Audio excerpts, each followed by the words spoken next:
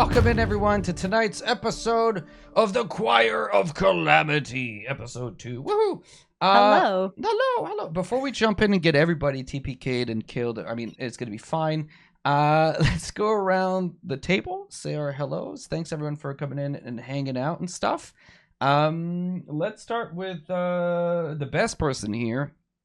Me, I'm just kidding. Let's start with, let me roll a d6 actually.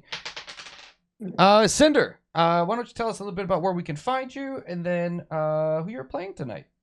Hello, I am Cinderblock Sally. I predominantly live on YouTube, where I stream homebrew reviews and call-in shows, usually about D&D, sometimes with guests. Woo-hoo. And I'm going to be playing Pawn Cirrus. I am a wee little pixie who has left the Feywild for the material and is a little bit of a grump and a little bit of a sugar alcoholic and just trying to do as little political stuff as he can to make sure he can keep his city and the people he cares about safe.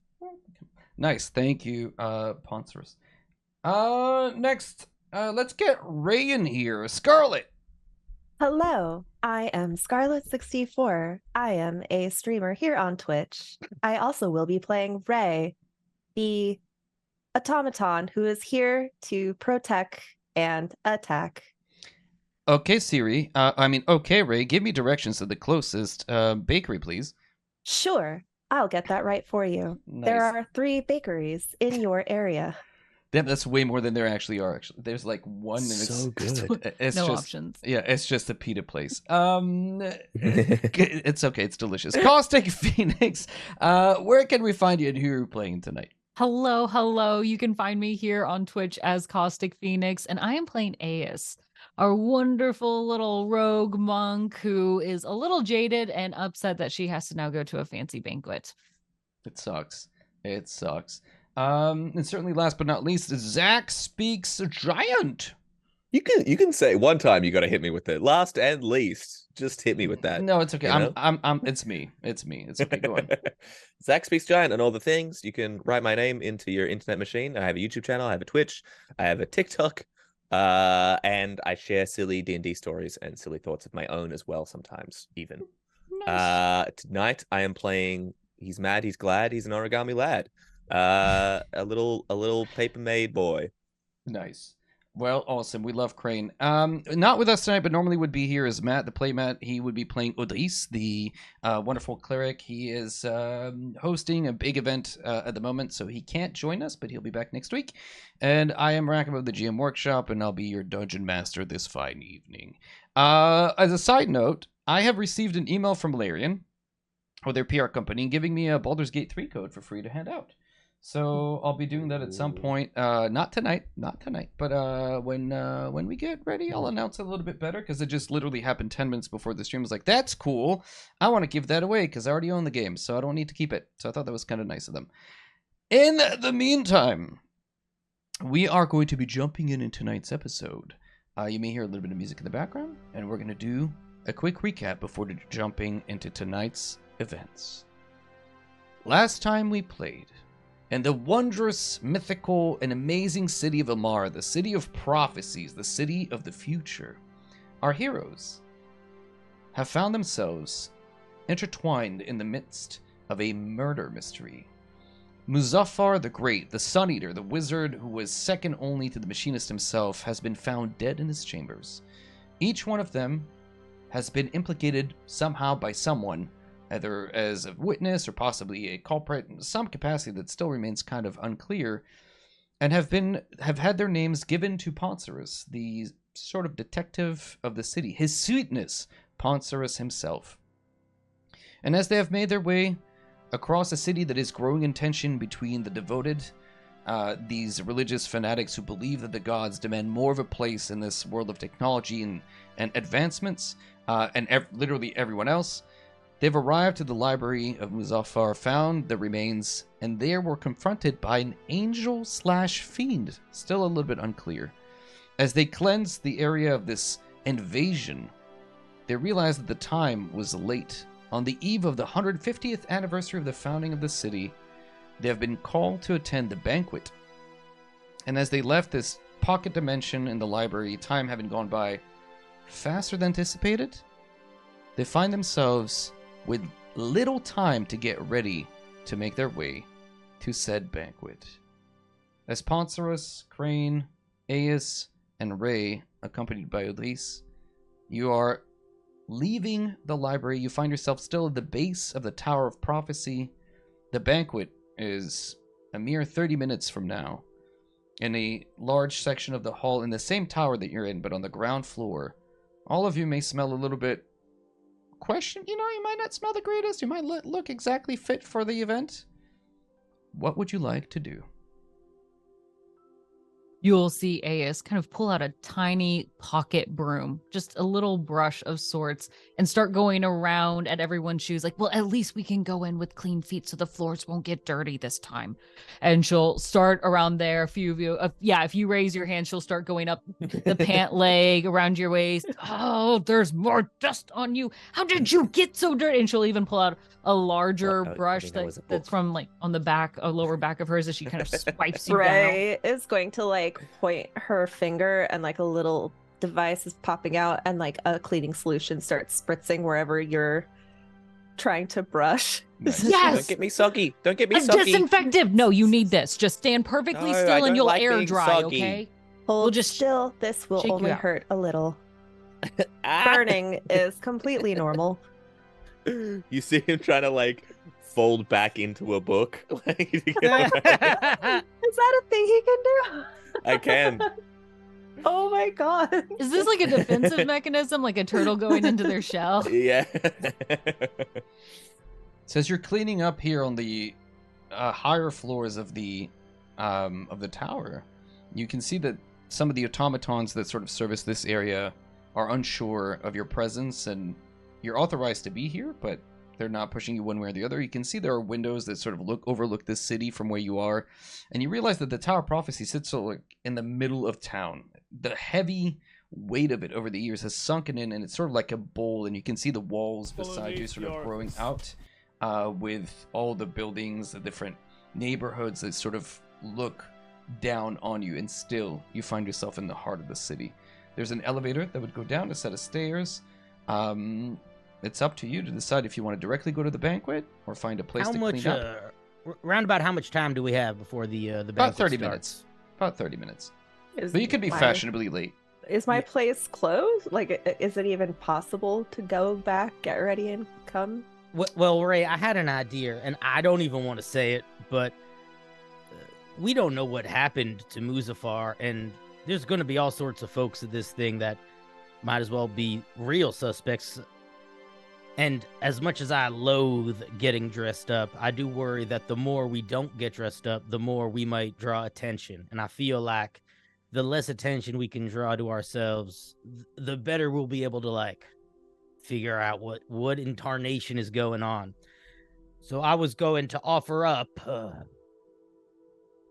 we could go to the manor house in the Court of Seasons. There's a huge wardrobe of clothes and stuff, and y'all could get fancied up in just about any which way. Maybe would help us blend in a little bit.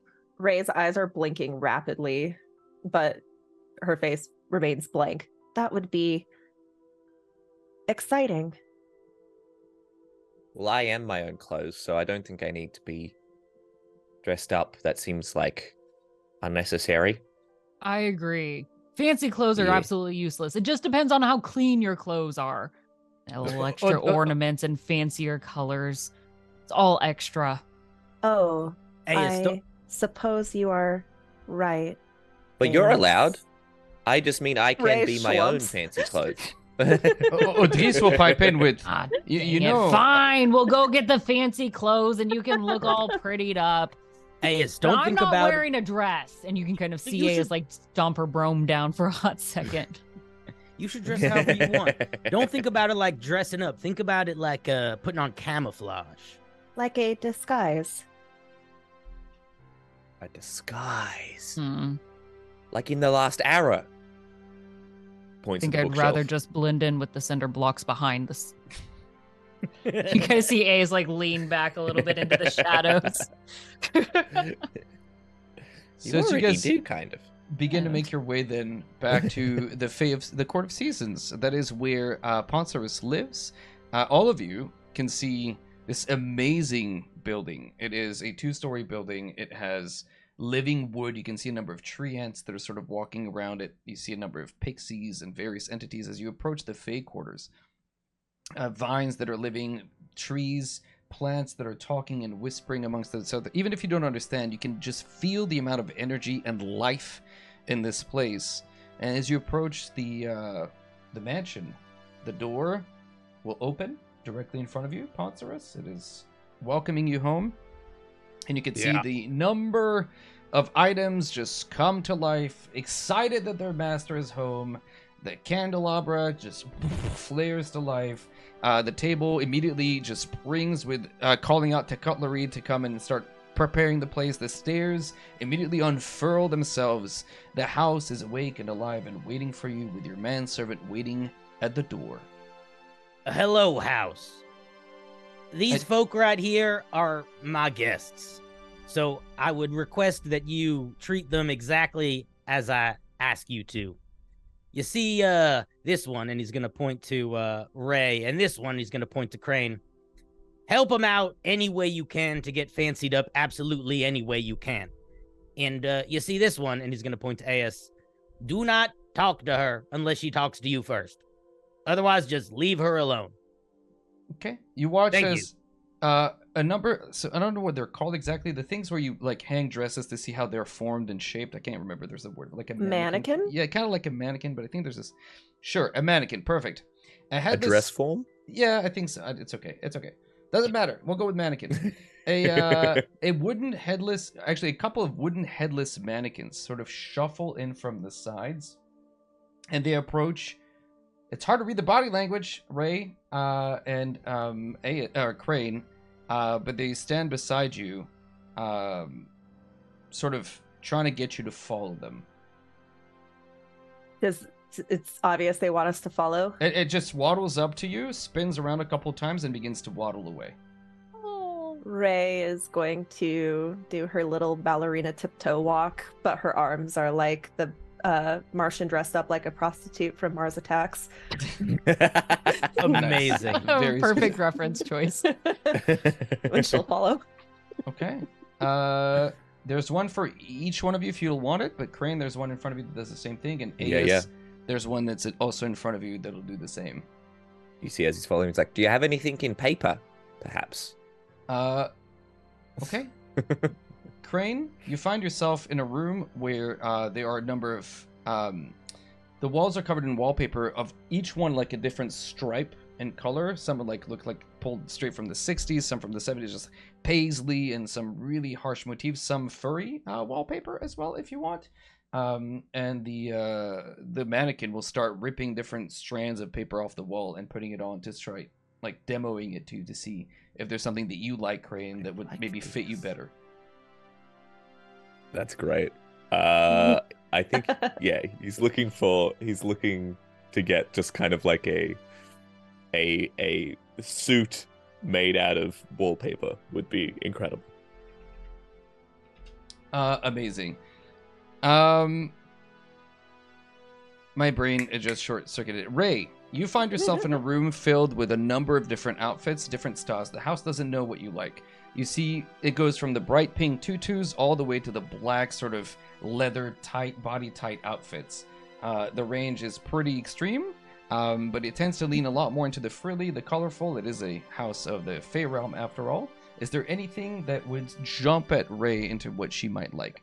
Ray is first of all so amazed at all the dresses. She like a flick of light kind of leaves her eyes, almost like she's scanning everything. And then she settles on, it's not like a tutu, but it's still extremely girly, definitely pink, Nice. little polka dots, and girly in a way, not even so much womanly, like girly. Does it have like the flash dance or whatever the leg warmers? No, she I don't think that would be so much her style. Okay. I think like a little bit nicer than a sundress because this is like evening, but like definitely like sweetheart and Nice. Would she see any wigs in the room? 100%. There are wigs, there are tiaras, there are earrings, there are necklaces. The house just like reveals She's gonna itself.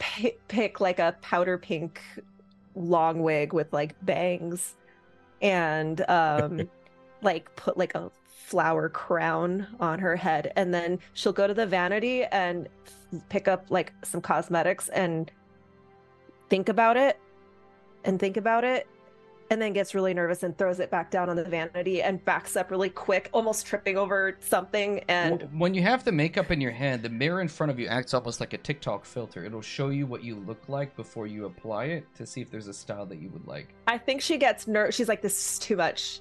This is too much. I don't want to. I should not be here. And she is gonna like maybe trip over some walking piece of furniture and quickly hurry to the door after she gets dressed and is like, Awesome. I'm ready to go. You see that as you step out of your room, Odris is already out waiting. He went in wearing a thing and he walked out wearing exactly the same thing because he's always super stylish. Ayaz, you're brought into a chamber that has just a number of incredibly well manicured, well kept, well folded, well pressed, well cleaned outfits that are all like monochrome, like solid red, solid black, solid green, solid white, solid yellow. Is there something in here that would maybe speak to your aesthetic? She does quite like a sage green, something very more natural and calm, but she doesn't make any movement towards it. The individual who came with her to kind of like guide her through this, she'll look down. Can I get tea? Black? You watch as a teapot with maybe a little chip in one of the cups. Maybe they're talking, maybe they're not. But a teacup fills up with black tea, immediately hot.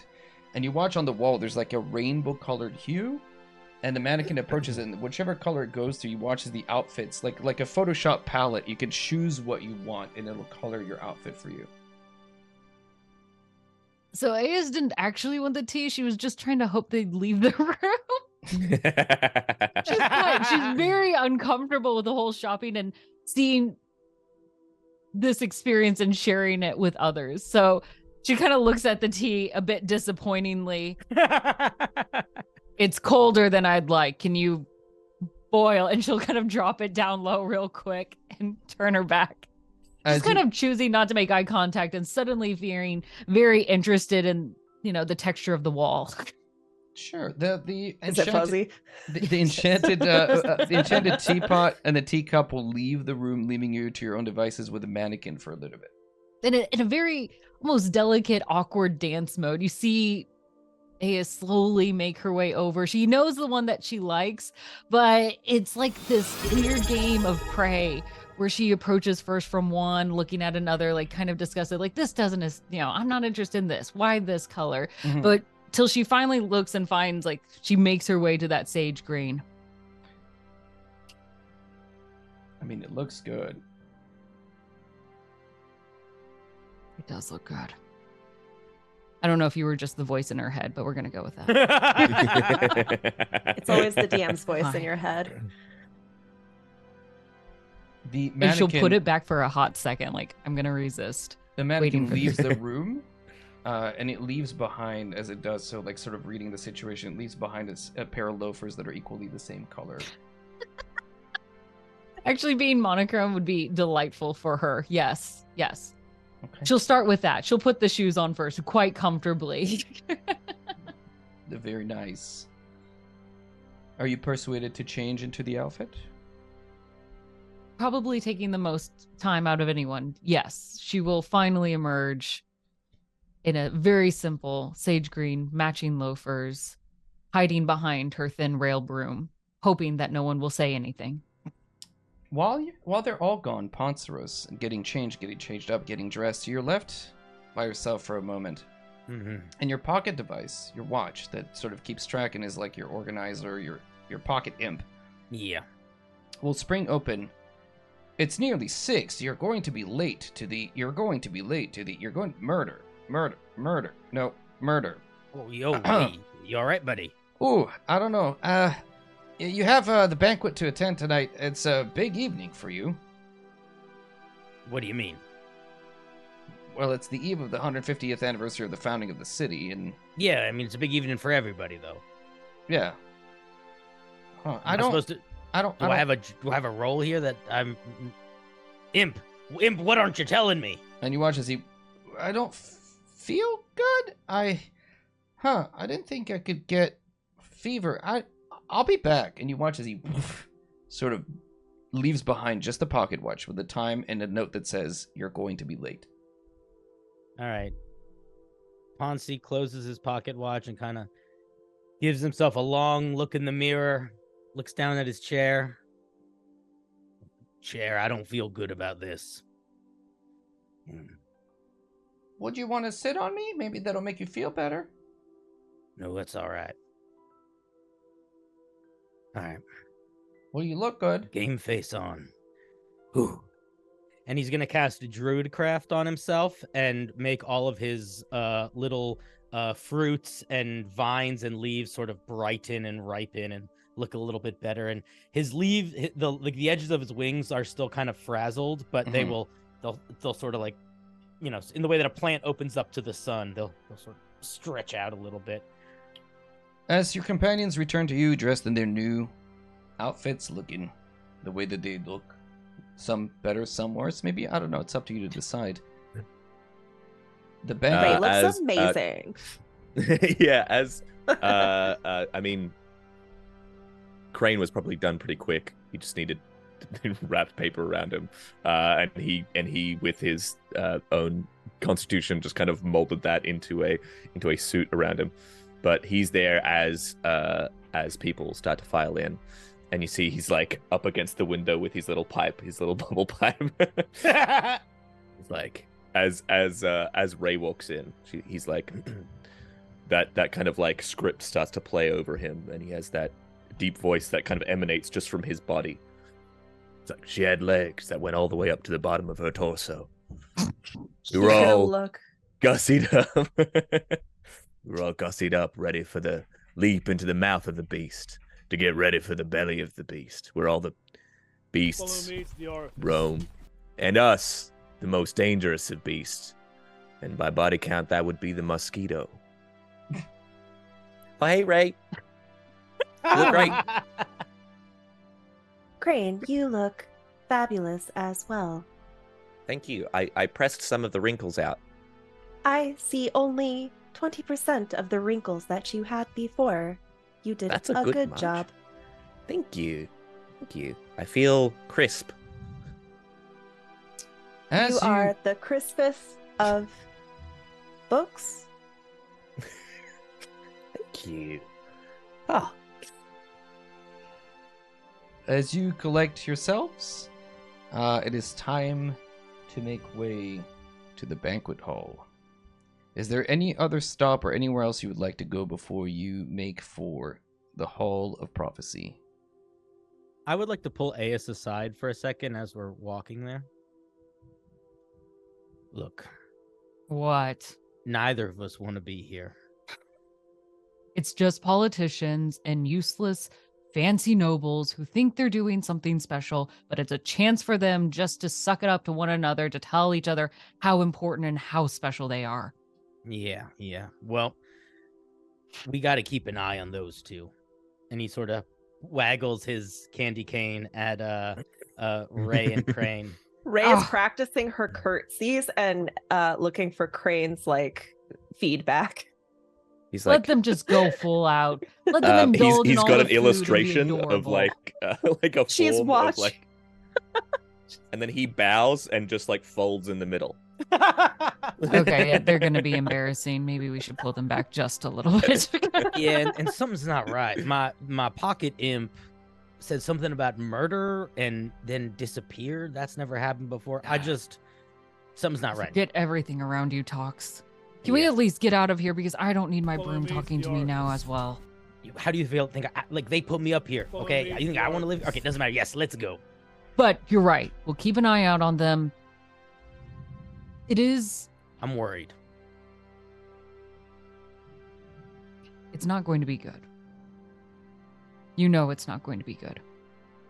Was there anybody else on the list showing up for this banquet that's different from the usual chitter chatter?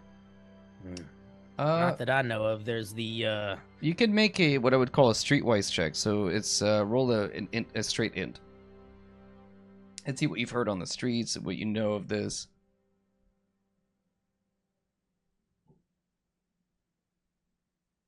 Either one nope, of you. not a thing. Oh, okay. Not a thing. Totally ordinary list. Yes, sir. Yes, sirree, Bob. Perfect. That Well, was you a know that two. at the big banquet, basically the inner hall is reserved for more, like well-to-do people, and the outside is decorated with tables. Everybody gets to eat. It's not just for the elite, but inside is restricted to like sort of the guild leaders and various, religious leaders and so on and so forth. Hmm. Party's know- open Hey, to Con. everybody. What if I? Are we allowed inside or are we outside? I'm gonna find out. Sorry. Yeah, Well, I have a yes, your hand question. is raised. You may. Crane, you can just Ah. talk. Aes will kind Oh. of tap your shoulder with her broom. Go. Thank you. I'm not used to speaking unless requested of me. Well, I could go as Muzaffar. I look like What? He just raises his hand, burns it over his face, and he has the appearance of Muzaffar. Huh. Ray jumps back. Like, For a second, you guys watch Wow. like his skin folds, unfolds, refolds like 1,000 little origami folds until it just kind of solidifies into looking just like the dead wizard, except not dead.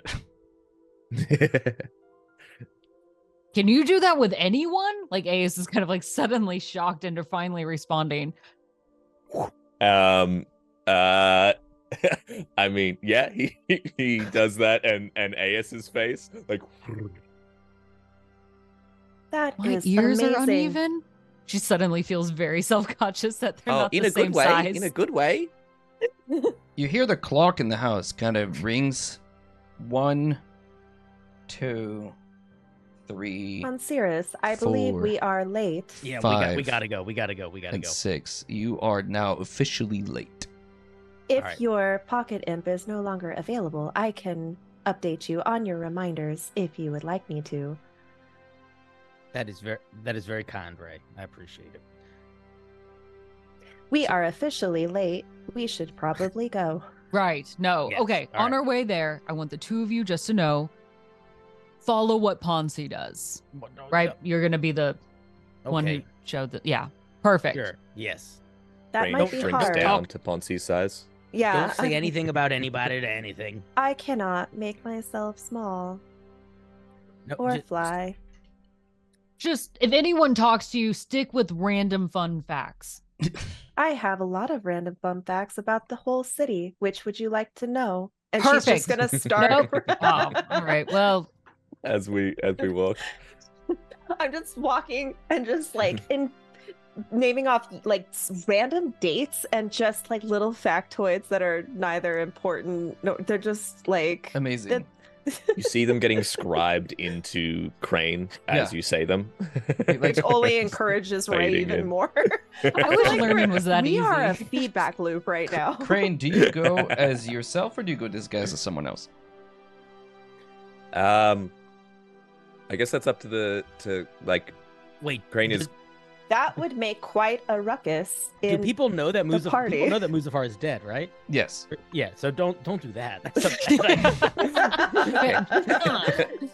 I'll just stay as Aes then. That's fine. it's fine. So And there's two. I'll actually two pluck Aeses. a little flower as we're kind of leaving this court and put it up behind your ear. There. That way it'll hide how asymmetrical my ears are. And I can now tell the difference between the two of you. As you step into the grand banquet hall, you're immediately struck by its sheer magnitude. The hall seems to stretch endlessly, an expanse of marble and gold, its vastness rivaling the most majestic of cathedrals. The architecture itself defies belief. Pillars that appear to be made of liquid silver rises from the ground, curving and intertwining in impossible ways, reaching toward the heavens without any visible means of support. but it is the ceiling that truly takes your breath away. A mesmerizing tapestry of the night sky unfolds overhead, with stars, planets, and constellations shimmering in their celestial dance. Now, these aren't just mere paintings or mosaics. These actually glow with the soft luminescence, twinkling and shifting, mimicking the very heavens they represent. It's said that some attendees, upon their first glimpse, have laid on the floor for hours, simply staring upward, lost in its beauty. I'm going to ask somebody to make a nature check on behalf of Odalys, please. Here you can see the walls are embellished with dynamic murals created by a blend of stained glass and moving parts. Scenes from Elmara's history play out, airships discovering new lands, inventors with their fantastical machines, and of course, the momentous unearthing of the Oracle itself. Towards the end of this sprawling 22. hall... Thank you, I'll get to that in a second. Towards the end of this sprawling hall stands an imposing yet elegant door crafted from obsidian and inlaid with gold. This door guards the entrance to the sacred vault of the Oracle. Rumor has it that the door weighs as much as 100 elephants, yet when deemed necessary, it opens with nothing but a whisper, revealing the chamber that houses the city's most cherished and enigmatic device. Here, you can already see the many individuals seated, going to and fro, and the factions are clear. A table filled with military minds, the finest military minds of the city. Another table where a number of fey creatures sit. Yet another table where the religious, devoted have taken presence. And yet another one with the Lyceum and machinists who have now sat around. And yet, your eye is drawn immediately to the old kindly man, the machinist himself, who is waving at you and slowly making his way down, much to the dismay, surprise of all the other attendants. I'm so happy to see him, as my face is very blank, but I'm going to approach him, like just walk right up to him. He will... Well, you've taken your time arriving, and I really did want to talk to you, but... Apologies. It'll have to wait till after. I'm just happy that you're here, all of you. Did we really need to come? He grabs you kindly by the shoulder, but a little bit harder than you anticipate, and his voice drops into like a serious register, and he tells you, "The hour is late. It is later than you realize. Yes. Your very presence here brings me such comfort and succor. Well, please grab a seat. We will talk after the banquet and before the opening tonight." Insight check. 100%, go for it. Just that sounded weird. Like sucker. Can I just Yeah, Crane picks up could a I seat. also do an inside check if a I heard that? 14? I guess I'm seeing if he seems like normal. I feel like as someone who's pretty close to him, know his mannerisms and would pick up if anything felt a little weird. So I what's got the a machinist? 14. Okay, so this is the machinist. I just wanted to show chat. What did you get, Poncerus? 21. 21. I roll in the open just for chat's benefit. If they don't know, I'm going to roll the die here. And you guys can see, so no lying. I quite liked how he looked. Uh, Bit of tenderness to him. I'll put him back. I rolled a 14 plus some number. When he walked up to you, both Ray and you, Poncerus, there's definitely something... he usually has these like sort of kindly eyes. They're wrinkled from a time of smiling, and you can see his face. There's a pallor to his skin. There's a slowness to his gait that wasn't there before. And for you, Poncerus, there's also the ticking of something, like the literal sound of ticking, like a ticking clock when he got close to you and then walked away. And it reminds you a lot of the sound that Odalys makes. And with the 22 that you rolled, Crane, on behalf of Odalys will point up and say, "You know, I study the stars. It's like my favorite thing, you know, amongst other things." Of course. And he'll point to like one constellation. There's something wrong with this one. And before he can finish the thought or the sentence, you hear the voice of the machinist sort of bellowing over. He clears his throat, and silence falls across the hall. Esteemed guests, and citizens of Elmara and distinguished visitors from afar. Before we get started, I know we're all here to eat and enjoy and not here to listen to ditherings of an old man. As we gather tonight under this vast expanse of stars, I'm reminded of the constellations that have guided our ancestors and through the ages. I always look to the stars for guidance in times of trouble. And tonight I see many, many stars. And he looks across all of the audience. There's not the time for speeches. I'm well aware that will hold a place before we open the door to the vault tonight at midnight. Tonight is not merely about traditions of old. It is about charting a new course for Elmara's future. And it has been decided, in the spirit of unity and progress, that this year the leaders will not be the ones to pose the next question to our revered oracle. Instead, it shall be the voices of our citizens, the heart and soul of Elmara, that will be heard. And I can think of no better representatives than these individuals. And he gestures to the 5 of you, who embody the very essence of our city. We, the leaders, will serve merely as advisors, guiding them as they shape the question that will usher Elmara into a new era. More on this later. Let the celebrations begin tonight. And as he does so, you hear the outcry of the people, the commoners outside, as his voice carries out of the hall and into the general, public space. But you can see the clear dismay on the faces of all the representatives at the table here who were definitely not made aware of this change. Food begins to come out. People are drinking and celebrating. You can hear the cheers and the shouts outside. The town is very lively. And you are, in other words, almost thrown to the wolves. As near immediately, a number of sycophants now surround you and approach you from every which direction. Excuse me, yes. Would you have a moment? I represent, of course, the interest of the military. No. We would like to speak to them first. And you watch as a number of people just begin to swarm you. Nope. Ponzi, take control of this right now. All right, everybody's take a step back. Is the machinist gone? He has gone back to sit at his table. You can see he's eating, and he's got like this sort of smile playing across his eyes.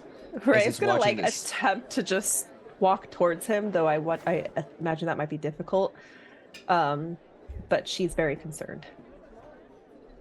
You watch as you're just, there's too many, you'd have to physically force them apart. Excuse me, citizens, please move. She won't force them apart. She'll just sit there very frustrated. Ray, excuse me. Not now, Ray. She'll kind of raise her voice for a hot second, encouraging you to sit down. As you're calling out, excuse me, you watch as the group of people around you sort of break apart, and you watch a woman begins to make her way towards you, cutting where you were demanding to be let through. She says nothing. You see this beacon of tradition amidst this technological progress. Age has refined her features, and her eyes possess an overwhelming depth and a very cold demeanor. Her attire is a mosaic of religious symbols, pendants, tattoos, a layered robe, each representing a different deity of Elmara. These emblems weigh heavily on her physically and spiritually. Every one of her movement jingles with the authority of the faith she embodies. You watch the High Priestess, Seraphina, slowly make her way in your direction, and the crowd sort of splits, allowing her audience with you. Which of you, if any, would like to approach or be the first one to contact? Because she is making directly for the only thing she recognizes here that passes as possibly or maybe humanoid, and that's Aes. Brain has folded himself very close, like very small. Like you can barely see him. Is back up. Since Aes had already been trying to talk to Ray, it's fine. Don't be intimidated by her, even though you kind of feel. Don't let Aes her reach out. Decommission me. Don't let her. She turns to you. Don't let her decommission me. And there's like an elevated panic that you've probably never heard in her voice before. And she just keeps repeating it in a very mechanical way. No. It's okay. It's okay. And Ace will actually grab your hand to hold on to it together. We're not going to let her intimidate us. And you can see even like the small shakes in Ace's hand because she hates being around all of these people comfortable in power.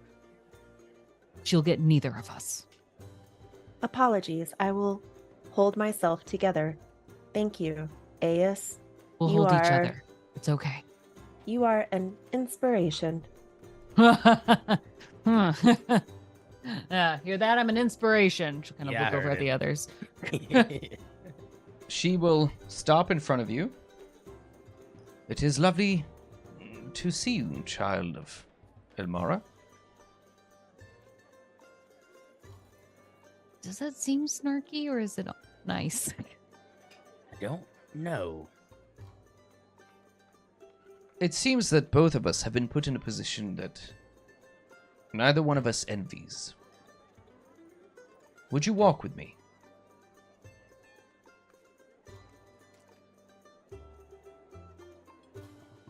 Who is she asking specifically? You. Is it Ace was really hoping it wasn't her. You can, Ray, you feel that grip tighten a lot more. Yeah. Ray is going to sense. Does Ray sense fear in you? She can like detect heartbeat speed and like cortisol levels. Very much so. It is intense. You would imagine she'd be running a sprint right now. All right. Yeah. Ray is going to kind of lean, almost like putting herself in between you and her, not blocking, but just like pull your hand, like almost protectively. But she's not going to speak. After the But her long eyes are- break, though, Crane leans forward behind Ace. It's like, you put your left foot and then you put your right foot forward after that. So, She'll kind sorry. of like shove you a little bit. My sister, please ignore her. She'll kind of shove her. You watch as the high priestess doesn't wait now, begins to walk, expecting you to follow. Ah, damn it. Okay. I She's gonna will follow look at you, but I will let you speak. And Ray is going to go with you, but she's going to act like your servitor robot. If you see me pull my ear 3 times, save me. Do you want me to use lethal force? No. Just say that you need some help with food. I don't know. It's I will an say excuse. we need a girls' bathroom break. Perfect. Yes. Affirmative. Exactly. Yes. All of them will all just 3 ear pulls. As you walk and catch up to her, she sort of is walking on the outside periphery. Like, you can see there's a number of people following her. She does not... she's got her posse, essentially, just making sure that you're given privacy. And while Ray is behind you or accompanying you, Ray is definitely flanked by a couple individuals as well. No, you're walking rather fast if you want me to keep up. Fast, yes. That's a very appropriate word to use. The city of Elmara has careened into the future, not considering its past at all. It seems that some members would have us untether ourselves from tradition, from the gods themselves, because this oracle device has guided us and given us, what, the future for free? Has it given us knowledge, or has it given us lies? Has it trapped us? Where does it come from? Who made it? I'm sorry. Yes. No, did you ask me here to be your personal diary and Yes. to listen to your thoughts? Does it not concern you that we listen to something that we do not understand? You know, there are many things that we do not understand. And you follow them blindly, endangering the lives of hundreds of thousands. Interacting or using doesn't mean blindly. Feels like you're going to many extremes. I don't think we're on the same page here. I should probably get going. And you kind of see Ace in this moment of hesitation start to take a few steps away from her. Did you touch your ear? Not quite. Like you Okay. kind of see like the hand like right up close. Ray's eyes Yeah. are on Alrighty. she's already rehearsed her excuse in her head, and she is so ready to go. She gently grabs you by the wrist, not hard, but just puts her hand there, and she points. You can see through where she's pointing to, inside of the Great Hall, and you can see a number of people there who have literal metal embedded in their bodies.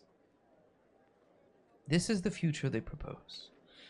A future not of flesh, not of creation, not of nature, not of divinity, not of... But a future where we are not ourselves anymore, where we don't belong to ourselves anymore. What does that even mean? They wish to be more machine than mortals. They wish to embrace... That was Ray coughing. yeah. At that She- comment. That comment was offensive. If there are no consequences, then morals will fly out the window. That is a ridiculous thought. As we know, consequences come from every action we've taken. Look at me. I clean all of these streets. Do you think these streets are naturally clean? No. It is us, in our own way, that we craft it. The lack of graffiti. It is because of my doing. If I would give it to someone else, they would see the world or the city beautiful in their own way. But it's whoever gets to be that creation, right? And everyone should have the right to be their creation of their own space. Some of the parts of the city could be a little better, if you ask me, but to each their own courtyard. She tries to pivot into another desperate attempt to try to sway you to her argument. No. I will hear no more of this. What you ask is for everyone to give up their own ability to desire and pursue themselves. You speak of fear. You speak of a power asserting over others. I'm not dilly-dallying in your religious philosophies. I have no bother with that. I'm more concerned with that of the day-to-day lives. With the people who grow up. With the people who want to be seen. People who want to have a voice. That's what matters to me. No. She'll very notably pull out her ear. If you'll At the excuse me. second you do that, Ray cuts in. Aeus, it is seemed that your menstruation cycle has begun. I must take you to the ladies' bathroom, and she's gonna sweep you up like a princess. And then her head is gonna fully turn all the way around to face the high priestess and just say, "Good day," and then swerve back around, and she's gonna march you back. I would like to lean in like no embarrassment at all. Nice. At all. You're like Poised. yeah.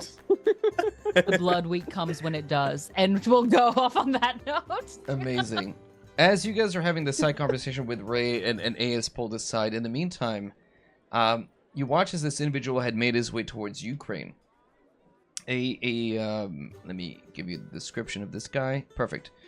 A small gnome, a fusion of flesh and metal, approaches you. Heavy. You hear the left foot sort of like clang as it comes. Clearly an individual that it belongs to the Steel Syndicate, the representative of the Artificers Guild here in the city, probably the most powerful guild in the city.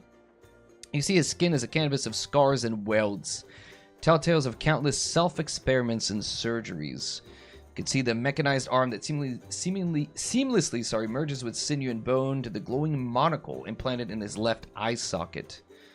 Kadern has replaced significant portions of his original form with intricate machinery, each piece a symbol of his commitment to the Syndicate's cause. You As can he look. As he approaches, Crane's form just kind of like folds back to himself. He literally like points to himself. I know that people like to look, but I don't find these enhancements diminish me, but rather magnify me. Would you like to talk for a moment, please? I would like to have my say in convincing the new speakers to hear my vision. Please do talk, and you don't mind if I do look? Please, look, touch, simply... Crane gets uncomfortably close. He's just like looking at the different like things in him, and like how they operate. as he's like listening to him.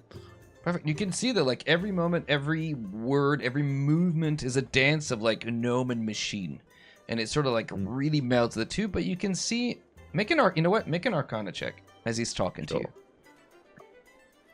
That is 23. Okay, let me move. This is no longer the priestess. I'm just showing the minis to the people of who's talking to you. Where's my gnome table? This guy is the best I could find. All right. As he sits there, 23, you said? Yeah.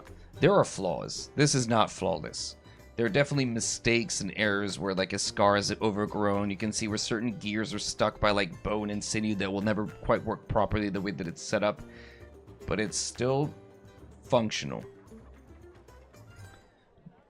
Disease, sickness, hunger, thirst, death.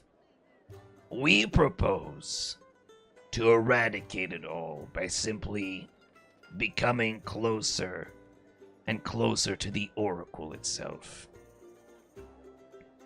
We would like to merge all of our knowledge and create the ultimate sentient being that has been made and that we can meld ourselves to.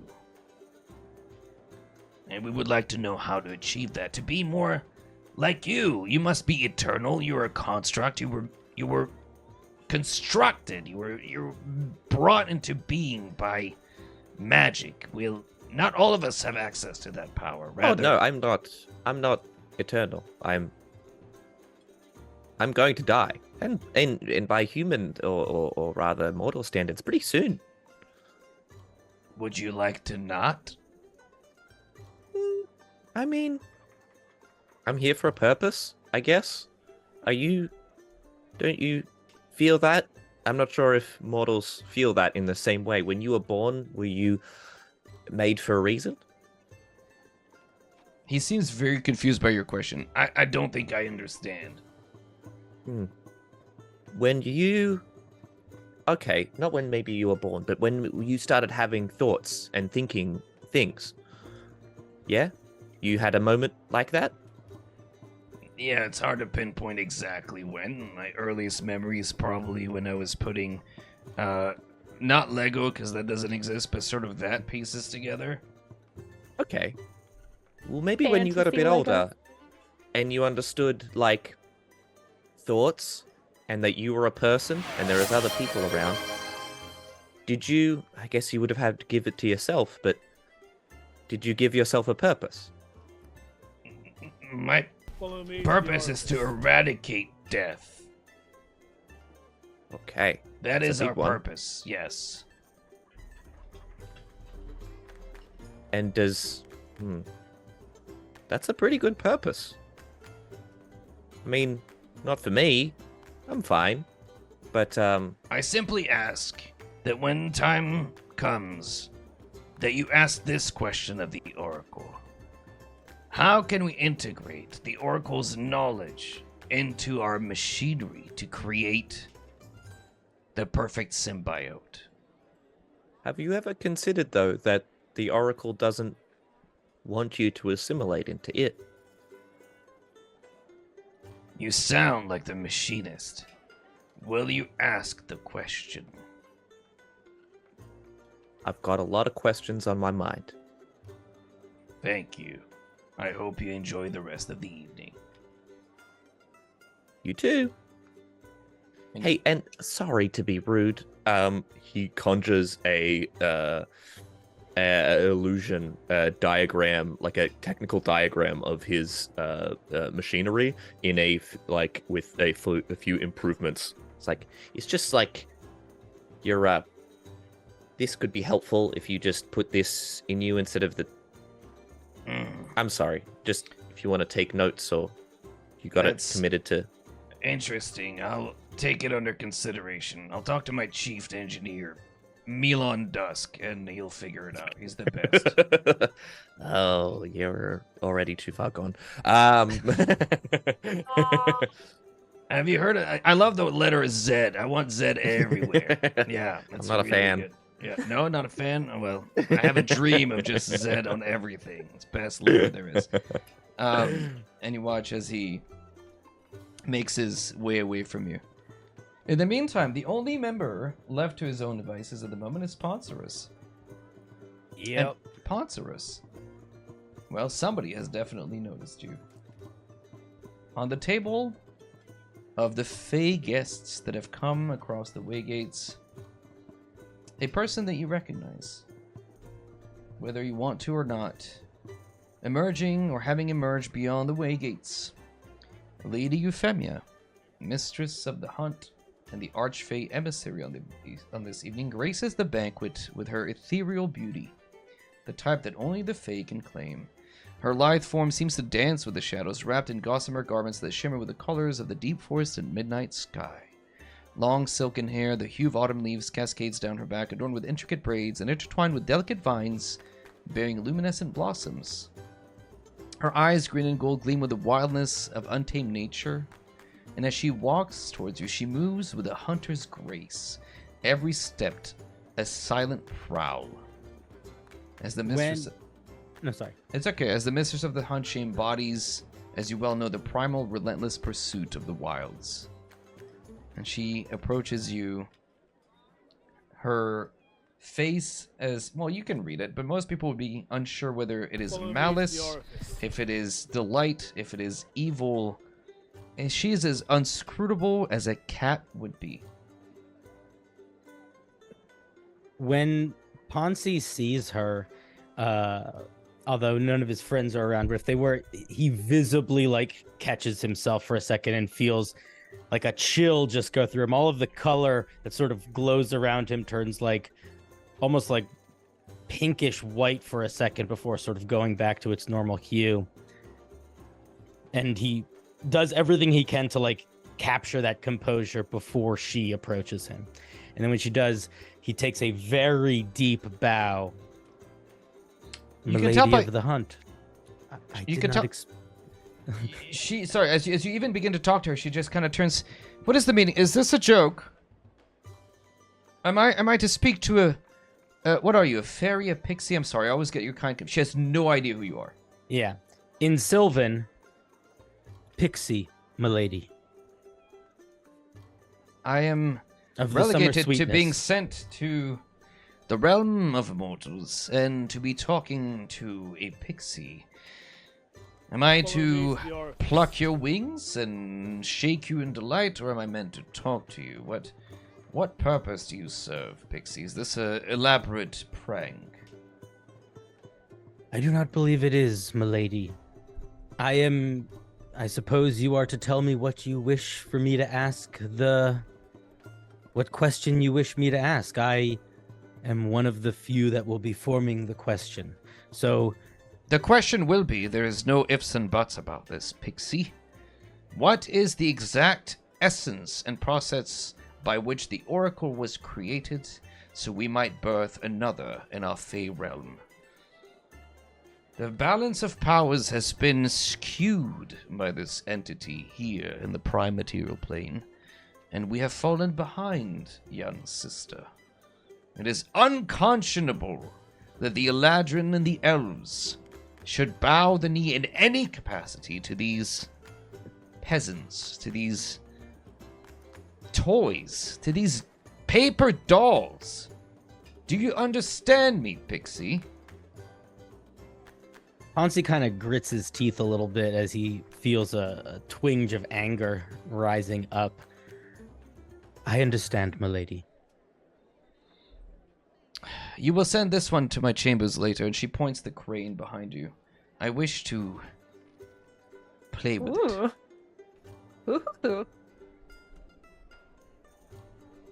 Ponzi like puts his hand up like crane waves like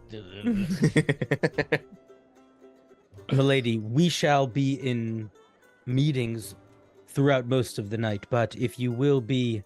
With that, she will not let you finish, and she will just turn her back to you and walk away. Oh, gee, oh my goodness. Okay, I did not know she was going to be here. Oh, boy, that is...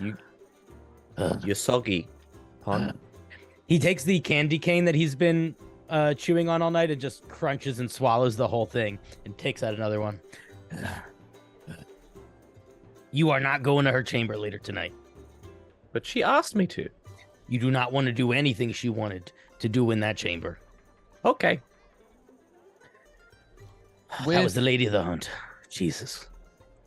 With the party still ongoing around you and many others who wish to come and talk to you, the major players sort of have come to speak to you. You guys have some amount of time to yourselves, so there are people who are trying to get your attention here and there. People are offering you food, bribes, drinks, promises of things that you've never had that maybe you've always wanted. What is it, and how would you like to spend the night as it moves on forward and further into closer to midnight, when the final speech will be said and the door to the oracle room will be opened? Ray will be watching the dancers and trying to like memorize the moves for later. Aeus will kind of. Oh, sorry. No, it's fine. I was like, you can give me a perception check, see if you can figure it out, but that's fine. Aeus doing what? Sorry, go ahead. Aeus is going to collapse in a chair next to Ponsiferous, drink in hand, bringing another one for him as well. As soon So as you how collapse many- in the chair, you watch as one of the servants that's here comes and brings a stool to lift your, like an ottoman, to No, prop your legs no, up, and with no. immediately a drink beside. Is there anything else I could get you, No. your Highness? I'm fine. Highness. Oh my gosh. I got a nat 1. You're, You know yeah, what? Go take I'm- care of my dancing friend. I'm watching the wrong group for dancing. nice. You think the butler's walking through a Yeah, so dancers? this is my new dance move. Nice. Can Amazing. I, the one that's bothering me, can I be like, can you just go help her dance or something? Make a persuasion roll or intimidation. I'll let you decide whichever one, because I hope you persuade him. I am a little tired right now, so I think we're gonna go with intimidation. perfect. That's gonna be a 17. You watch as the servant that's there. Oh, absolutely. I apologize for bothering you, Your Highness. Yes, I'll send the young squire. Come here and watch, please. And you watch as he leaves to go in. Excuse me. I've been instructed to you. Delightful dance. Absolutely. And you watch as he looks around, claps his hands, and you watch as like all the servants that were there for a moment stop doing what they're doing and start mimicking you. To make you feel comfortable, because obviously you've been selected. Obviously you're important, and what you're doing should be the thing they're doing. We're all doing. I go to the guy who came up to me. Are you my dance partner? Yes. She's gonna pick him up and she's gonna do the broom. Nice. In a very like Michael Jackson Thriller kind of way, you've got like a whole posse of people behind you doing like dance moves. It's like this. Yeah, exactly. Cousin is Stella. The whole flash mob. As you're sitting here, I'm gonna ask Aeus and Ponzi, who are sitting at the table, to give me a perception check. What are you doing? You watch as Odris has been sort of doing the rounds and schmoozing people with his oozing charisma. But what are you doing, Crane? Rain, I guess he's just like so curious as to. He's just kind of like walking around. He's listening. He's just probably getting a little too close to other people's conversations. But he's just like very, very curious, like kind of people watching. Okay. I need you to make also, please, a perception check. As the night continues to progress and the mood of the party, as the commoners begin to leave, everybody's sort of getting tired and just waiting. You can feel the tension in the room is rising. There's like a moment of unsaid, shared moment where like either the lights at a certain stage or the music just dips for a moment, and you can feel the factions in the room, where the military members are, where the devoted are, where the Steel Syndicate is, where the merchants are kind of exchanging glances. What did you roll, Crane? And then I'll go around to Ponzi and Aeus. I rolled an 8. Perfect. You are still like kind of locked in on that gnome with his wounds and like the mistakes that he's made. I was gonna say I would like to think that Crane like slipped out, figuratively and almost literally, into where the commoners, like the not the fancy folk, eating, and he's just been walking around there, asking people, "What would you ask the oracle?"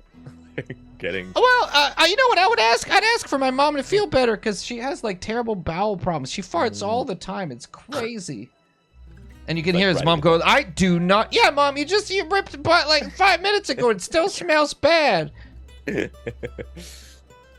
see an old man kind of like, I'd like to know how to be young again. I've wasted my youth. If I could go back in time, I would do it all over again very differently. I would study in school. I would ask Dorothy out way earlier. I didn't know she was into me. There was just... Yeah. That seems like a better question than the machinist guy, because he just wanted to be... Anyway.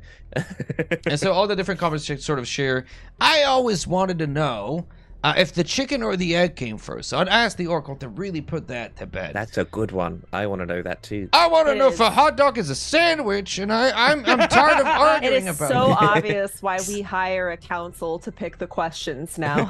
Yeah. And there's just like a plethora of questions. I want to know where Granddaddy hid the inheritance. We never found it, and it's kind of getting late on here.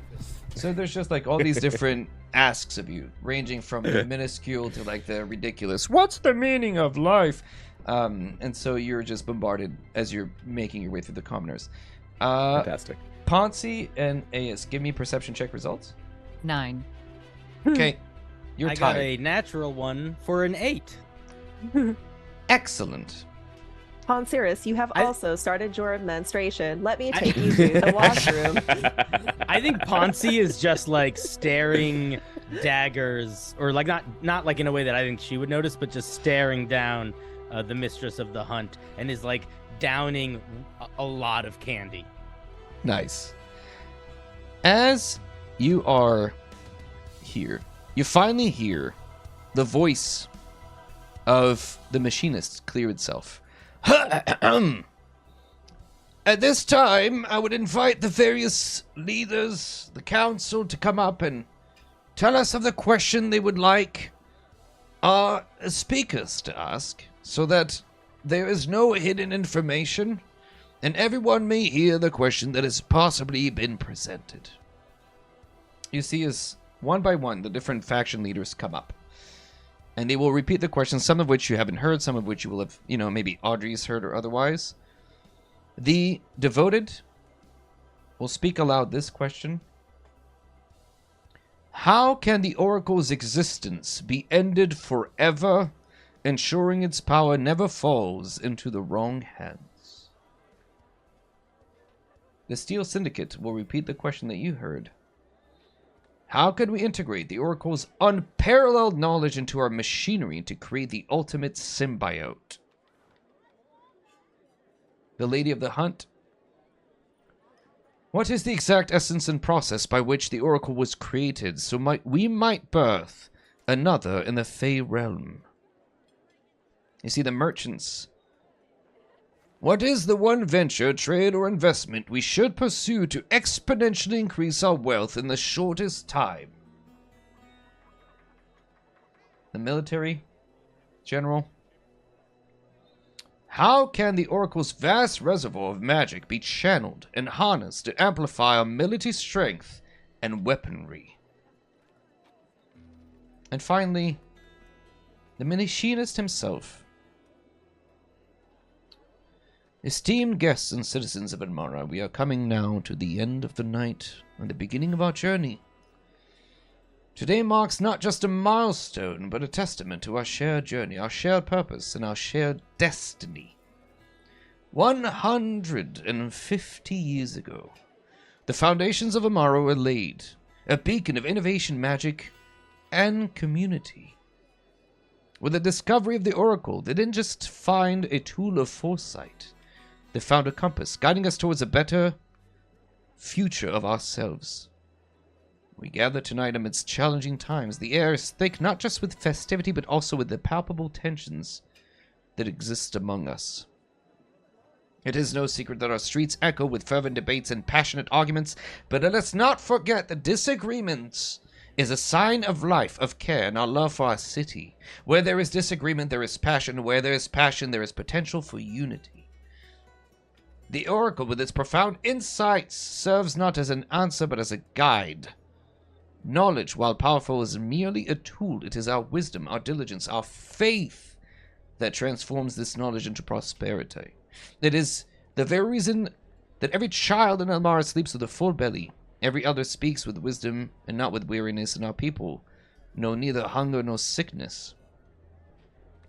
Now, traditionally, Muzaffar should have been here to present his question, but as we are all aware, he has sadly passed away. Thankfully, however, he did leave his question lingering in his faithful, and before he is able to finish his sentence,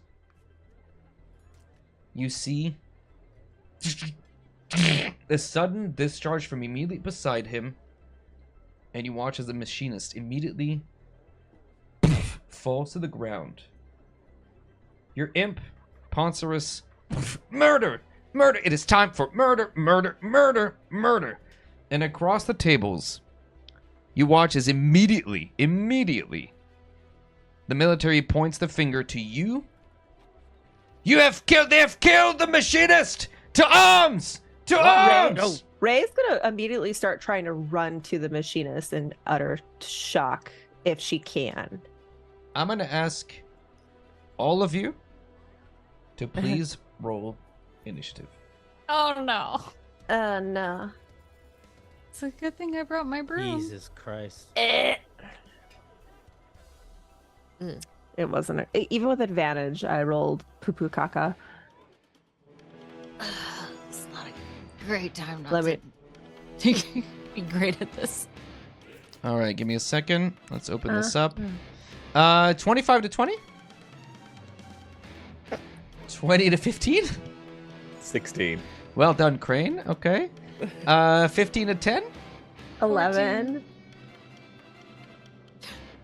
Okay. 8. I mean, 8. 5. Can we just say we're all in shock? I was That's just to it. say, we're all the only person, or the first person to ever be nice to me, the first person to find me. Yeah.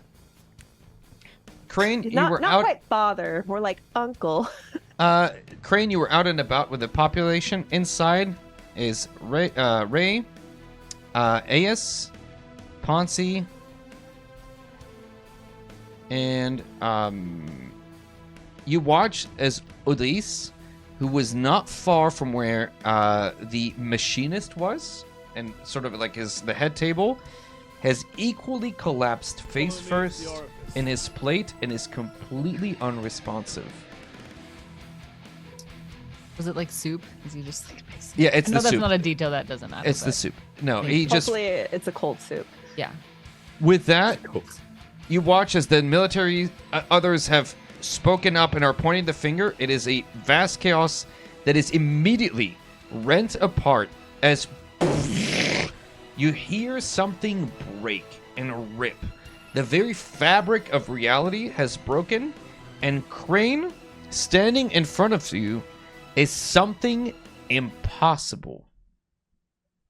In the memory and the vision that you've had of that dream of Muzaffar standing in the plains that sit outside of Elmara, facing the horde of fiends, that endless wave in which he has ripped the skies and cast meteor swarm upon, that memory that actually happened, you see before you standing a creature that resembles that, but enshrouded in flame, and the stench of undeath surrounding it. As standing in front of you is one of these fiends brought back to life, fire emanating from it, looming over the corpse or the body now of the machinist, and roaring its defiance. Give me a second to get it to see, so chat can see what it looks like, and we're fine. It's fine. Everything's fine, Yeah. you guys. I was going to say probably Crane would be back in the main hall if they were giving if the main people were asking their questions as well. But I don't know if that's. Whoa, fine. that's a big boy. Oh, show he's you got a what- furnace for a mouth. Let me Okay. show you what he looks like. Cool. We're going to put this guy in here, and he's going to roll initiative as well. Crane, you know what? That would make sense. As they're talking, you would probably have kind of meandered like sort of the opening. And Yeah. I'll put the creature right back here.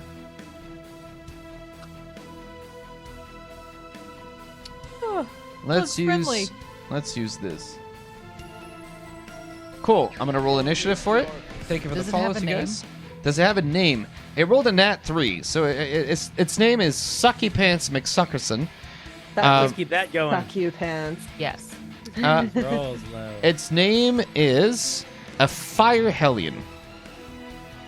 Fire Hellion. Super, Cool. Oh, yeah. super specific. I like it. Yes. Cool. Do we have a before the combat starts, but after your beautiful DM narratives? Yes. Do we have a potty drink Yes. refresh? Let's go do potty drink. opportunity? I'm gonna stay here, but absolutely. Why don't you go potty refresh? You guys can take 5 minutes. I'll set a thing and I'll keep chat entertained while you guys go. Chat. Don't forget to subscribe to GM Yeah. Workshop. a Give all your beautiful money. No, DM. just no. It's fine. You Use guys are those all your money. Emotes. Give him all are- your money. Okay, go do your potty. Go do your potty. You guys- Money. Oh my god, it's like having friends that are just embarrassing you. Probably stop it. Chat. How you guys doing? They're going. They're all going to pee pee and poo poo. This guy. So for those of you who don't know, this is actually a stat block that exists in D&D. It just came out in Big B's Glory to the Giants, and I really liked it, and I want to use it. You're enjoying it? Perfect. Well, we're about the halfway mark. We're going to have a little bit of a fight. We'll see what happens and how this has come to be, and we'll go from here. Perfect, Dr. Feelgood. Thank you. I appreciate you being here. In the meantime, I announced this at the beginning of the stream, but while people are gone, Larian. So I've been streaming a lot of Baldur's Gate 3. Some of you may be here from that. Some of you may not. I'm very excited. Monday, I start my full playthrough, and then tomorrow I'm going to Gen Con Friday. Larian emailed me, or their PR company emailed me, and they emailed me an extra Baldur's Gate 3 code, a full-on release of the game. So on Monday, we will be giving away a copy of Baldur's Gate 3. I don't need the extra copy. I want to make sure that I pass it on to the community. I think it'd be really poopy of me to just keep it or resell it or whatever. I don't want to do that. I want to give it out. So Monday, we'll be giving away a copy of Baldur's Gate 3. Full thing on Steam, though. It's a Steam copy. It won't work on like PlayStation or Xbox or anything. So if you have Steam and you have a computer that can run it, we'll figure it out on Monday how we'll do the giveaway. It'll be open to everyone. The only restriction will that you'll need to be either following or subscribed to the channel, and we usually use Marble on stream to make it a nice random giveaway. So it's not like if you're subbed you have more chances of winning. I don't mess with that. I don't like that. I want people to all have a fair shake at it. So that'll be on Monday, okay? Follow me to the I'm potentially going downstairs motel and buying it, Kip, or maybe you can win it on Monday. But if you don't want to wait, because I know the game releases tomorrow. Sure. I think it's well worth it. But I'm very happy that I bought it. I'm very excited about it. And we're going to be playing a Shadow Monk. And on Monday, we'll vote on the name, the gender, the race. And I'm very excited to... I have like a big-ass stream planned on Monday for the whole week. I took the whole week off from work. No dice on the giveaway. That's like, thank you for the follow, Hardcorean Official. Welcome in. After you clear, it's so good. I didn't touch the early access at all for the 3 years, so I started it like 3 weeks ago. Dude, it's been bonkers. We had like 600 people in stream earlier today. I was like, what are you guys all doing here? I thank you, but also like amazing, insane. So it's been a lot of fun. I really have enjoyed it.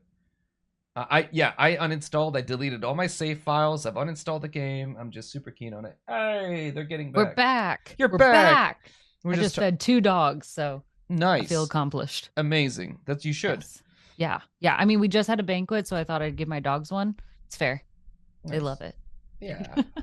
I used to feed my dog way too much. He'd be like, I had an automatic feeder for him, so 6 a.m. and then like 6 p.m. he would get food. Yeah. But then he would look at me and go, I'm cute. And I'd be like, yeah, you are cute. Here, get some extra food. Yes. And unrelated news, he was the fattest dog that ever lived. I have no idea how. Just managed. Just managed to do. I don't know, dude. He was just anyway. Good boy. He was a good boy. So we're gonna give Scarlett a second. Matt's not here, so we see Evil Matt. Evil Matt just got sadly put to sleep, so Evil Matt will not participate for whatever reason. The top of the round was Ace. I think you're Crane. Who was it? I It was was 16. Crane. Yeah, it was you. So we'll start with you whenever Scarlett's back. So think about what you want to do. Right. And but I just want to give her a chance to come back because it hasn't been 5 minutes. Yeah. So. I think I know what I want to do. As You long do? as Unacceptable. it's Unacceptable. Take down Sucky Suck Pants. yeah. I don't remember the full that's- long name. I'm sorry. I think that was their title. Close. It's close Sucky, for sure. For sure, it was close. There was a Mick in there somewhere. Sucky Mick Suck Pants. Yeah. Yep. Yeah, for sure. McSucky pants. Yes. Sucky poopy pants. And for those who are asking in chat, this is Tailspire. I love Tailspire. I use it all the time. It's a great 3D VTT. Lets you do a bunch of cool stuff. And I love it. And I've been using it for a long time for Chat Plays D&D or for these sort of games. And it's just super duper. And I'm meeting with them at Gen Con. I'm meeting with one of their guys. And they sponsor the stream. Like, I have a bunch of code Tailspires to give away. But I'm just waiting for their go-ahead before I can do it again. I'm just so impressed that they already made this venue large enough for the Hellion to walk through all the doorways. Imagine. I know. What a coincidence. Oh, actually, thank you for pointing that out. He's huge. He's not large. Right? Yes. So he But should be compared like to every other little icon on there, I'm like, oh no. Oh no. Oh no. Oh no. This is Well, now he can't fit through the doorways. We just Yeah. have to walk out a doorway and he can't follow Yes. us. That's it. That's We'll, you we'll guys bug out the AI. this is perfect. Yeah. Tricks. That's Can we do like strategy. psychic damage of like, look, these chairs were meant for us, not for you. Like, Oh I don't know. no. Little shame. I put on the COVID-20. How dare you? He's a big boy. All right. You know what? We'll give you and AS. You guys can go, and then when Ray shows up, she'll catch up. There, she's back. Look at the timing. Hi. I was like, it's been exactly on the money. Crane, you're up first. You see. First, give me. What's your passive perception, Crane? Bad. 9. Okay, never mind. All right. Okay. He is going to run up next to Aeus, and it's like I'm gonna do a thing. My master seems to do it all Yes. the time. Worked out for him. And you see the little crane fold out of his hand. And fly over towards you. As it does, it kind of like unfolds larger and larger, hits you in the back, and then starts to fold around you. It kind of feels like it's connected to you, and as it unfolds, this giant paper mache giant ape form is kind of folds up around you with the polymorph spell. Nice. So you Like in a polymorph- moment of shock, Ace will look at you like, I know I should have figured this out, but you really are made of magic, aren't you? Yeah, mostly. Most paper. What else? Oh, well, okay. So you turn her into a giant ape? Is that what you said? Yeah, I turned into a giant ape. GM, I feel for you.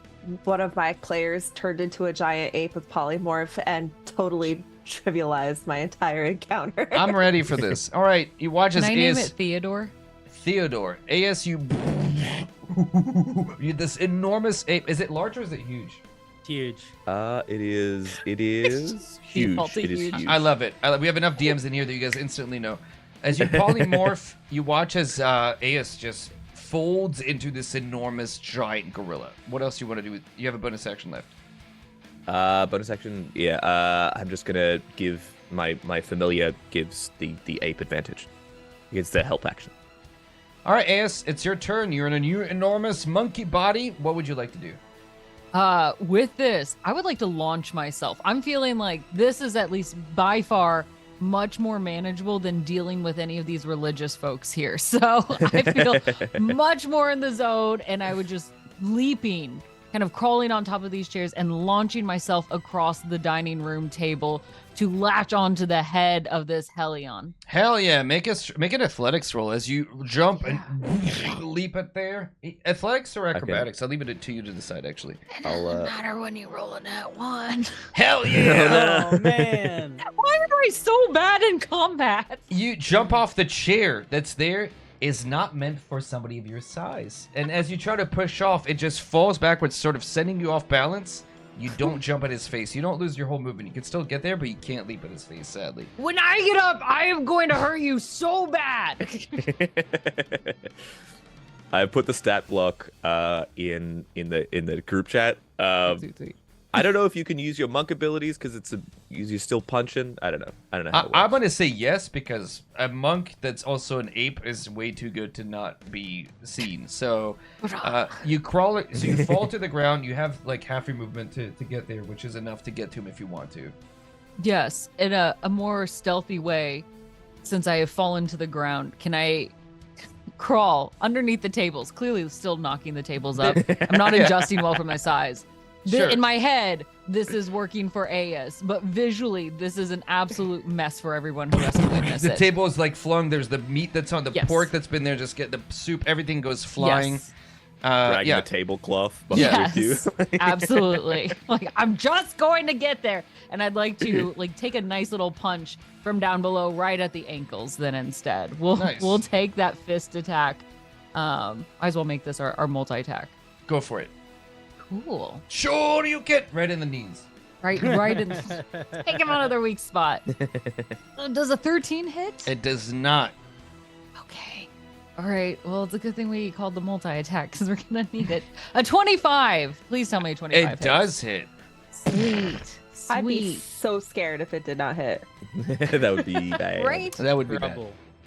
Okay, so that is a 3d10 plus 6, if I'm reading that right.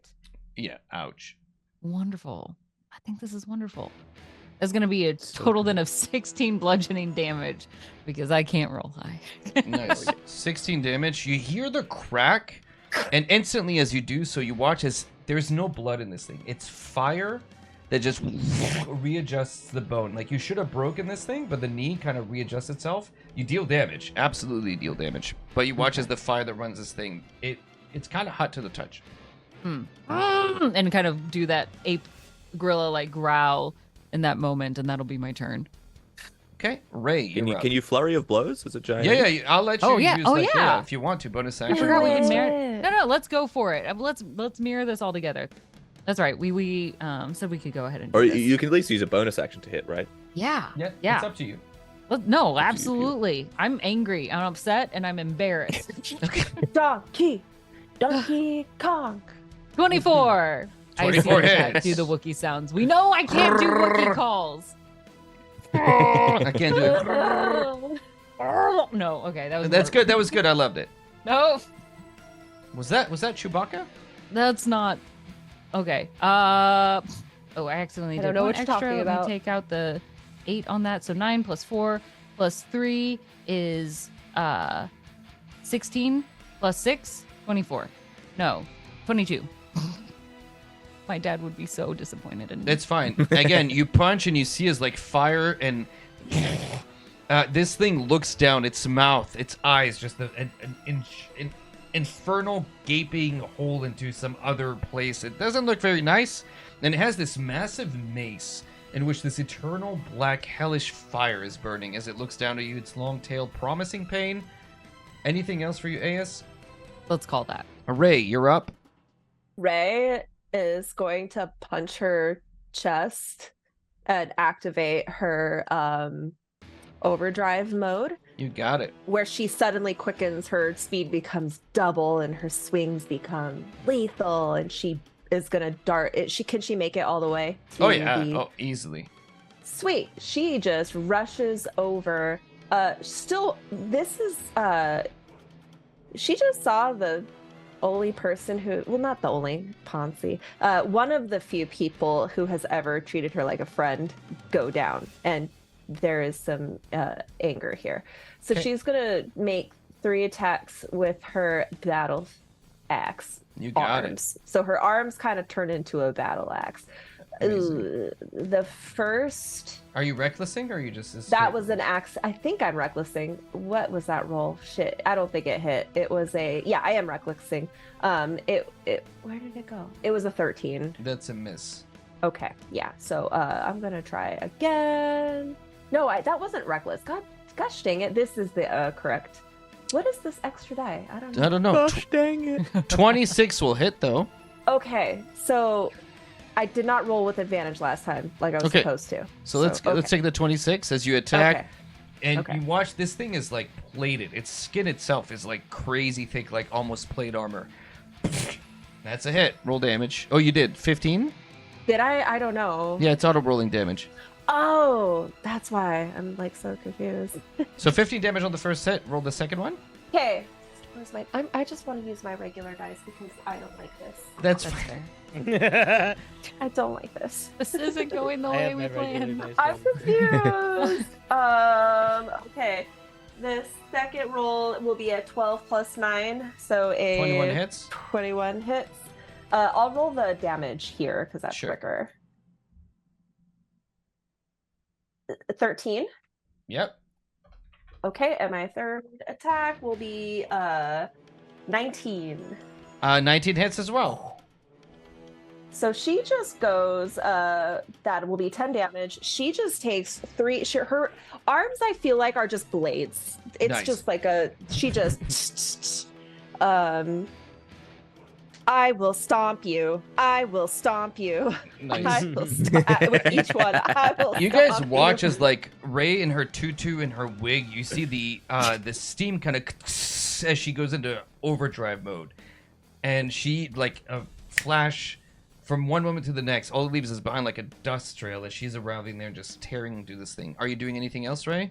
That was my bonus action, movement, and action. That is all I can do. She is just slicing and dicing. The Fire Hellion will look around with its enormous morning star. This terrifying thing will just target. Actually, first things, you watch as it looks around to the table that's the busiest with the military might as they're shouting. The fight has erupted in the hall. People are accusing each other. There's a lot of disarray. And it looks towards the table of those military generals, and it shoots out this orb, and you watch the fires burning so hot it is just pure white.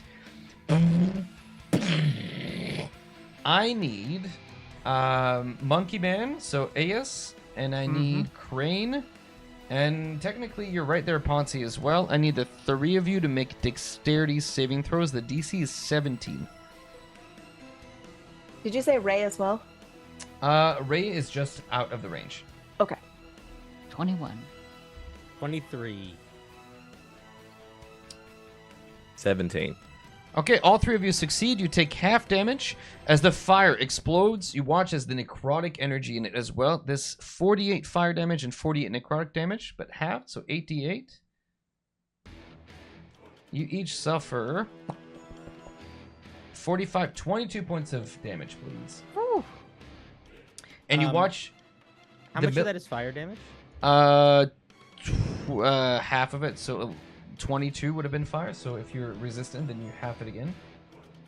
So I'm you gonna take use 11. absorb elements and absorb some of that fire into myself and take a little bit less of that damage. Nice.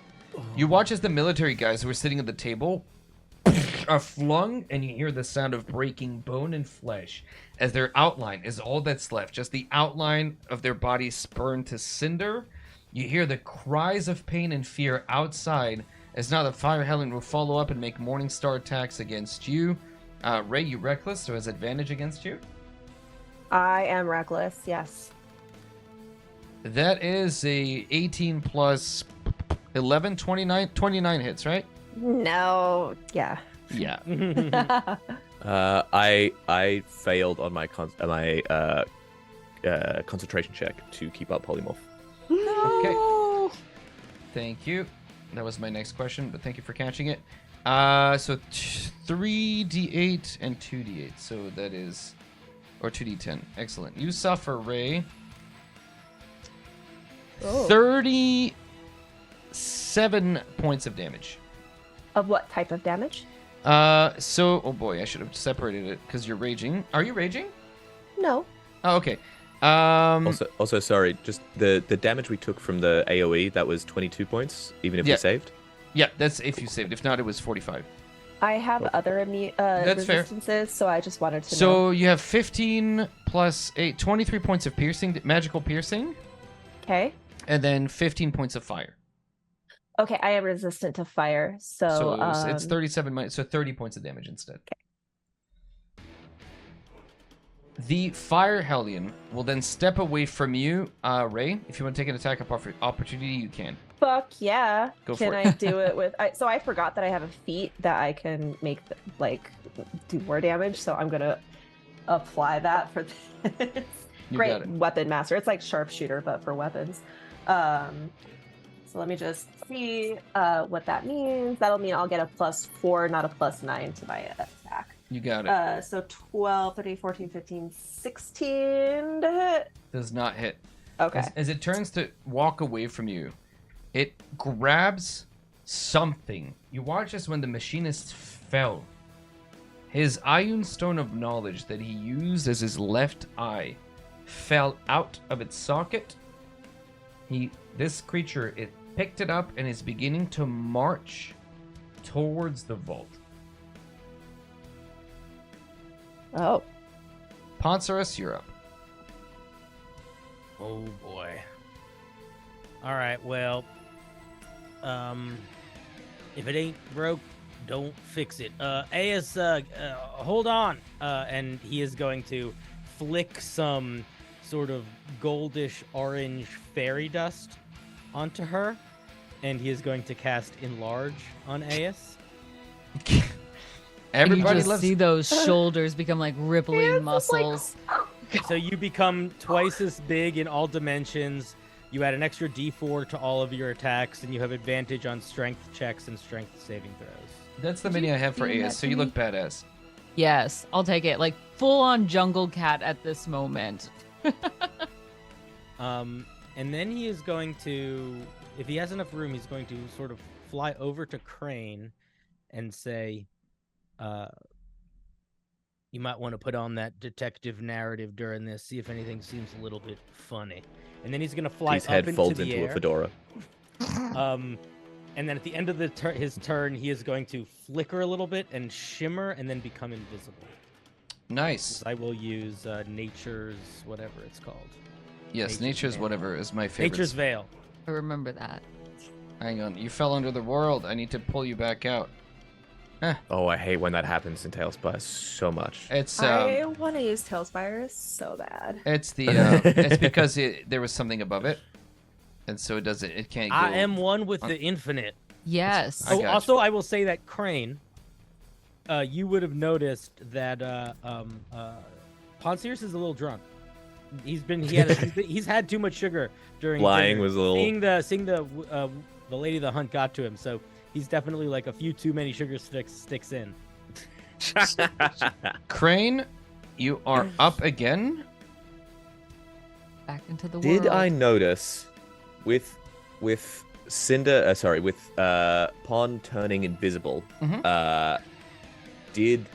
And I know that this thing has an iron stone in its head. Is that right? The machinist had an iron stone, and when Oh, he right. fell, it fell out of his head, and it took it.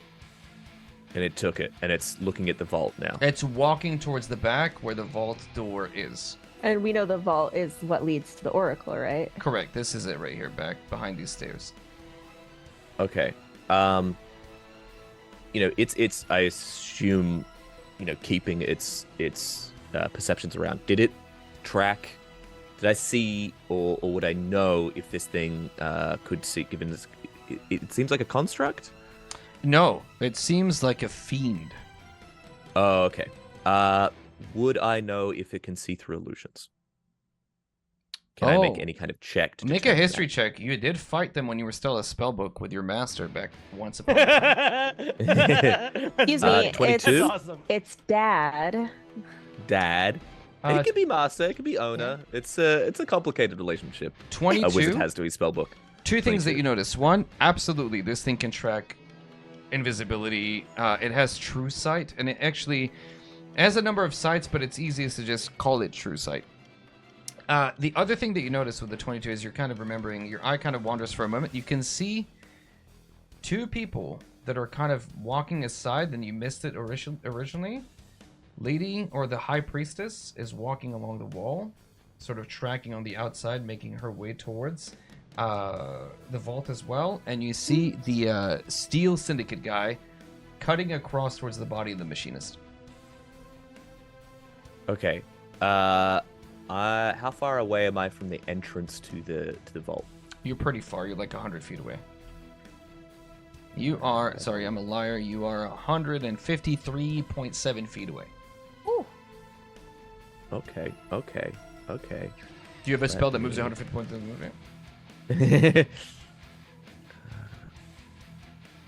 Oh, sweet. 150 feet, you say? 153 I move- feet, but that's right. I move my full complement of movement, 30 feet, Yeah. towards the door, Yeah. and then my spell has a range of 120 feet. Cast I hate it here. Wall of Stone to completely block up the entrance to the vault. Hell Whoa. yeah. How big does it go? So wall of stone. I have a couple of like plates essentially. Mm-hmm. But they have to the be wall is 6 touching, inches right? They have to be touching 10 by. I have 10 by 10 foot panels, Oh wow, yeah, you can easily cover both entrances to it if you want, so I can cover it. and then twice over, I think. Yeah. Lizards are Each so plate cool. has an AC and 30 hit points. 15 AC, 30 hit points. Okay, I'm gonna give you like a 2-layered wall essentially, if that's cool. Wonderful. Excellent. As you do so, you cover. The walls are covered, and you can see that the exit is now sort of blocked by your stone walls. I'm in it closer to seeing what the steel syndicate guy is doing with the machinist. He's just making kind of his getting way close. to it. He's looking around, and you can see his eye kind of lingers on Odris, and there's like a look of distaste. Make an bird- insight check if you want. The 18. Whatever, you could tell that there's like regret. Something went wrong. This was not the plan. Okay. My familiar is going to fly over, land on the machinist's body. As soon as the familiar gets close to the machinist's body, your familiar is unmade and disappears. Oh. Crane, little crane.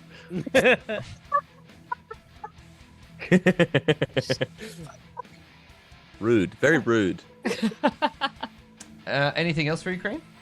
That's all. Aeus, it's your turn. Okay. I would like to start by using my bonus action for insightful fighting. I want to see so it'll be their deception versus my insight check, and then I'll be able to use my sneak attack. Their deception. are. Ooh, 10 plus. I'm so good at deceiving you, bro. Are you? Are you? Because I'm a 19. What? Oh, 15. Damn it. That was close. Yes. Sorry. Yeah. Ah! That's our lioness. You know That's what? right. I'll give you That's this. right. Its walk towards the vault is a distraction. It's almost like when you see a kid going, I'm gonna go to my room, stomp, stomp, stomp, stomp, trying to draw your eye towards something. This is something's for the lack of it, something's fucky about this. Okay. Like it seems upset. It doesn't seem upset. It looks like it's intentionally trying to draw your eye to it. The big boy? The big boy. Can I do a quick perception check around then? Yes, you can. Absolutely. All right. Ooh, 26. You're, I see y'all with my new big, large eyes. You are immediately reminded by what Audrey said at the beginning of the night and by what the machinist said. There's something he said that is... What did the machinist say Uh, at the beginning of the night? hold Ray on, called I have, it out. I Hold have on. notes. Did I call it a out? presence. Oh, yeah. He said sucker. Yes. Like, not like you're a sucker, but SUCCOR. Sucker. Like, Our presence was a sucker to him or something? yeah, like he was feeding off of it. What he said that comes back to you is that he always looked to the stars for guidance. Oh, that's right. And Oh. it was- And that the part stars too. look weird. The stars are... Stars did look weird. Yeah. Oh, the The stars. stars These are stars, not something. in their appropriate configuration. And it looking- must be a trick of the light. with your 26, I wouldn't just give it to you, but with a 26, you can clearly see one of the stars that's hovering in the constellation that Audrey had seen. There's something like odd about it, and with a 26, it looks like it's cut differently. You know what it looks like? It almost looks like a freaking key. Can I use one of my darts to try to throw up to hit in that direction? I'll say this: you can, but there's a chance that Ponzi's in the way. Dang it, Ponzi! I am the knight. Do I know because he's invisible? He's invisible, dude. You don't know where he is. And He's I'm somewhere up above. zigzagging. Dang it, Ponzi! He's Zag zigging because he's drunk. Hi, narcissistic cat. Yeah, D&D. So you want to throw your dart? Yeah. Go for it. I am the knight. I'm just gonna. I want to apologize right now. Rachel, where is she? I'm she? sorry if I take Ponzi out. I'll be fine. I'll be fine. Swear to me. Sorry. Word of me. I'll do the thing where I get really close and get out of the way in the last second. It'll be so cool. Does a 16 avoid hitting my friend? Perfect. What's your? You don't fail by 5 or more. That was the trick to it. Okay. In fact, you perfectly pinpoint throw the dart at the star, and in doing so, you throw it off its little orbit, and you watch as it begins to fall. A second that you knock it out, it's beginning to fall. You immediately see Lady Seraphina and the Steel Syndicate both begin to make a dart for it. Then I have to as well. All right. Okay, so I've got one more action that I can take, and then I'll take my movement. So on my second one, I'm gonna like as a side out of the left side of my eye, I'm gonna throw the other dart just at the Hellion. He's a big target. I'm hoping I can just hit it. I'm gonna apply that sneak attack damage on there as well. Since yeah. I mean, we might as well, right? Maybe. Well, it only helps if we hit. A 9 won't do it. A 9 won't do it. He's got an AC of 18, sadly. Okay, yeah. So I just hit the wall next to it, like as a nice little warning. You actually hear a commenter, ow! No. 2 eyes is unnecessary, and I'm gonna then make a It's dash okay. over. It's the graffiti guy. Perfect. Redemption. Wait, I have that. Karma's real. I have that kid's name written down in my notebook. It was Schmansky. Baby. All right, Ayaz, what do you want to do with your movement now? Yeah, I'm gonna pounce towards that falling key. We're gonna make a dex off. You're Yes. gonna roll your acrobatics. I will roll my acrobatics on both of them, and whoever wins gets there first and catches the doodad. Okay. Not the MacGuffin. 15. Not the MacGuffin. Nat 20 for Seraphina, No! and natural hate that 7 bitch. for the other guy. can't The other guy's a loser. You Now- can't say natural 7. It makes my 15 look worse than a 7 when no. you say it that way. The 20. Now it is an ability check. I'm waiting. All right, cool. No stupid silvery barbs. I have to wait now. This is how D&D plays. Reaction? No? Okay. I just fucking banned that spell, man. I hate that spell so bad. It's like Magic the Gathering. The effect is on the stack. All right, we're good. We're resolving. You watch as Lady Seraphina pulls up her dress and all her religious accoutrement, runs and jumps, and she grabs it before you do. If I just land in front of him, like, hand it over, and I'll go ahead and have that be my last thing. Perfect. In between you and Ray's turn. Oh, it says Zelda because that's the old. Hey, it's not Zelda. We're fine. Zelda. Yeah, it's Princess Zelda mini that I used for this. Oh. My Twitch is all loading, so I can't see the live stream of what's she looks great. happening. You watch as you tell her to let go. She looks at you. The future of the city, of the entire continent, resides in me, and she will disappear. You see the Hellion, as a word of power is spoken, explodes from within, but not explodes, rather, what's the word? Bursts. That's the more disgusting word. Bursts, and where he stood now, a different creature birthed from within him, using him as a portal to appear in this place. Equally from your dreams or nightmares, more accurately, Crane. I'm going to show you what it is on stream for those of you who want to be curious. Let me describe it to you first. This creature has where is it? Where is she? Sorry, I'm still like stuck on Where is she? on Batman. It is right. I'm just imagining the little xenomorph like popping out. No, you watch as these stitches, you watch arms, hooks, extra fingers and limbs, faces pressing against the skin that begins to rip and tear. You watch as these extra arms, teeth, almost a golem of the hells. These fiends stitched together, kind of bursting from this thing that has collected over the years, the various bodies that are now presenting themselves and awakening. This stitched together fiendish demon / golem now makes itself known. I will show you the image. Bon appetit, everyone. Hope you're not eating. This flesh colossus now appears, and it is rather revolting. Oh. Cool. I'll put it in who's Discord the so you little can see. guy in his hand? Oh, you saw it. Perfect. He's good. He's fine. You're fine. He's fine. It's gonna be me. That's gonna be me. That's gonna be my. Future does not look bright for us, y'all. Danger. Danger. Please evacuate the banquet hall. Please evacuate the banquet hall. All right. The flesh horror will go in between Aes and Ray. It's going to let go now that it's ruse. It doesn't care about the Ayu stone. It was just trying to grab your attention away from the star, but that's gone. It's going to. And the Seraphina has disappeared. That bitch. Actually, I mean, she didn't quite make it far enough. 60 feet, she reappears by the stairs, and is going to run, and is stopped by this stupid wall from Crane. Damn it! Damn it, She can Crane! begin attacking. She can begin attacking it if she wants to. She's Don't tell him that. Maybe she's too dumb. no. The flesh. It'll take her a while. The flesh horror is going to just stand, grabs one of the revelers or the people who's here, and is going to throw the body at the big one, and that's you, Aes.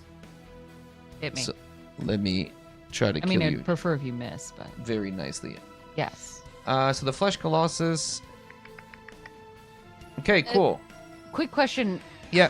I know you said this was a body. Does this count as a missile? Yes.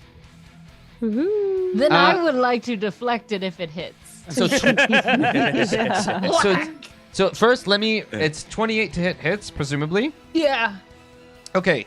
I have to roll the damage, right? And then you tell me if you capture it and how much you reduce it by, or Okay. remind me exactly. Yes. Okay. Yeah. And Perfect. Then I reduce by 1d10 plus 11. This cloud, this body explodes and shatters on you in a cloud of necrotic pustulence. why did you use that word? I mean, what other word would you like me to use? Goo. Goo. All right. 46 points of necrotic damage. Okay. No, pustulence is fine. You're a wonderful wordsmith. I'm going to take 17 away from that. Perfect. The body just shatters, and as it does, I hope you're not eating or hungry. This goo is filled to the brim.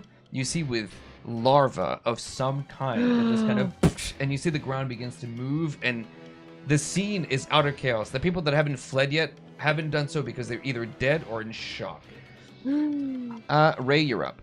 Ray sees the chaos. She sees this monster. She sees people dead and fleeing, and realizes that she doesn't do this purposefully. It's almost very automatic, like it's a programming that is bubbling up from within her.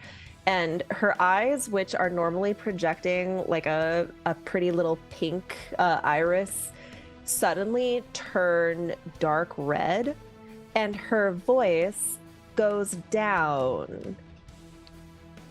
Activate. Oh shit. Activate combat mode. Civilians, run.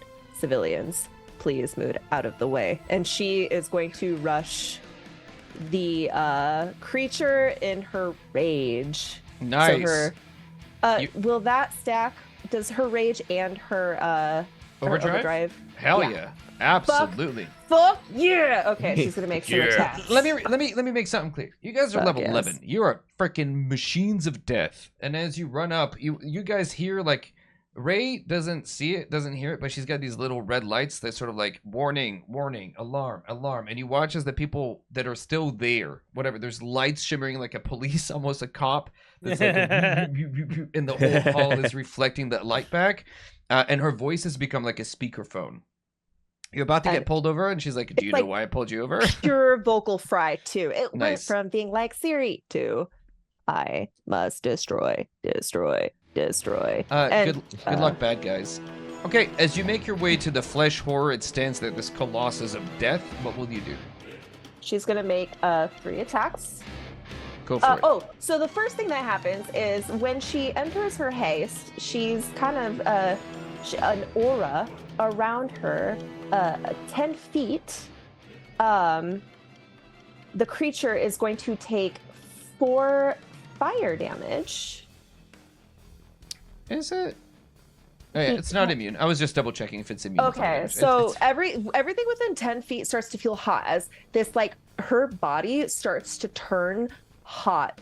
Her beautiful dress and wig inflame and fall at her feet as, like, ash. Her wig melts up. It's like, it's not even real hair, right? It's like yeah. synthetic, and it just melted plastic. Is it that scene from Indiana Jones at the end? Like, is everything melting? Kind of, but it's more like if you're melting a Barbie and the clothes catch fire, the hair just like wicks up.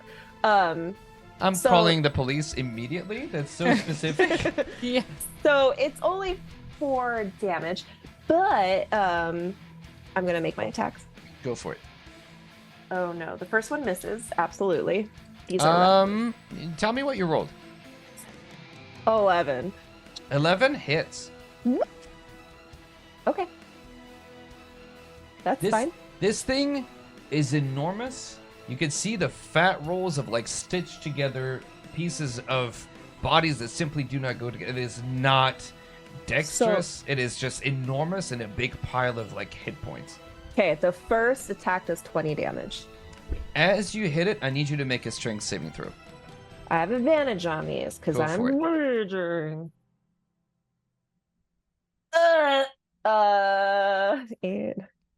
13. Your hand, as it strikes, is stuck in the creature. Your Oh. arm is literally now pulled in, and you feel a tiny hand, like a Deadpool tiny hand, grabs your wrist and is A holding baby you in hand? place. So I'm restrained. Your right hand, you can, if you get multiple attacks, just for now, you can It's still technically a 2-hand attack because it's a great axe. just What one do of I your get? hands. That's fine. It's still just one of your hands. You can continue attacking. You can't move away Yes. from it anymore. Oh, I don't want to move. But if you get Major. stuck in again with your other hand, you cannot attack anymore. Okay, unhand. I have to because I've already committed. My action is attacks. Absolutely. Okay, so I know what's coming. All right, here we go. I'm gonna pick out which dice I'm gonna use. I'm gonna use the Bloodstone D20, if I can find it. Yeah, here it is. And I'm gonna use the Amethyst D20. All right, this is my attack roll. Oh, it's the same thing. 11. It's still Oh. 11. high. You're good. You're good. You're good. That's good. So the damage is going to. Oh no, that's not it. Sorry, ignore that. The damage is 15, 25, 26, 28. Make another strength saving throw, please. I shall. I'll tell you the DC before you roll, so it's not a surprise. DC 17. Oh God. Okay. That was good luck. I'm retiring these dice. I didn't make it. My hand is stuck in it. As you attack the first time, you break. You see the pile of skin that you rupture.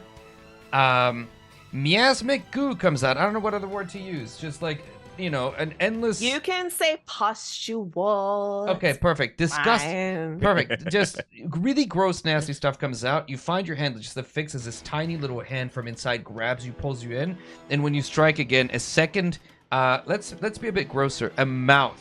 You find mouth and these jagged teeth, broken teeth that just bite into your hand and keep you affixed.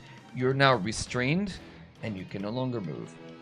Oh, well, I used my bonus action and my action.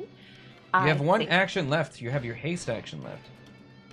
but it has to be a part of the attack. I Yeah, can't so just take I will. another action. I'll allow you to try to break free if you want. Oh, sick. Okay, we're retiring those 2 Or dice. do a headbutt. Because fuck them. We're And- gonna instead, Ponzi, you're next, by the way. instead we're gonna use this beautiful cage. Here, I'll show.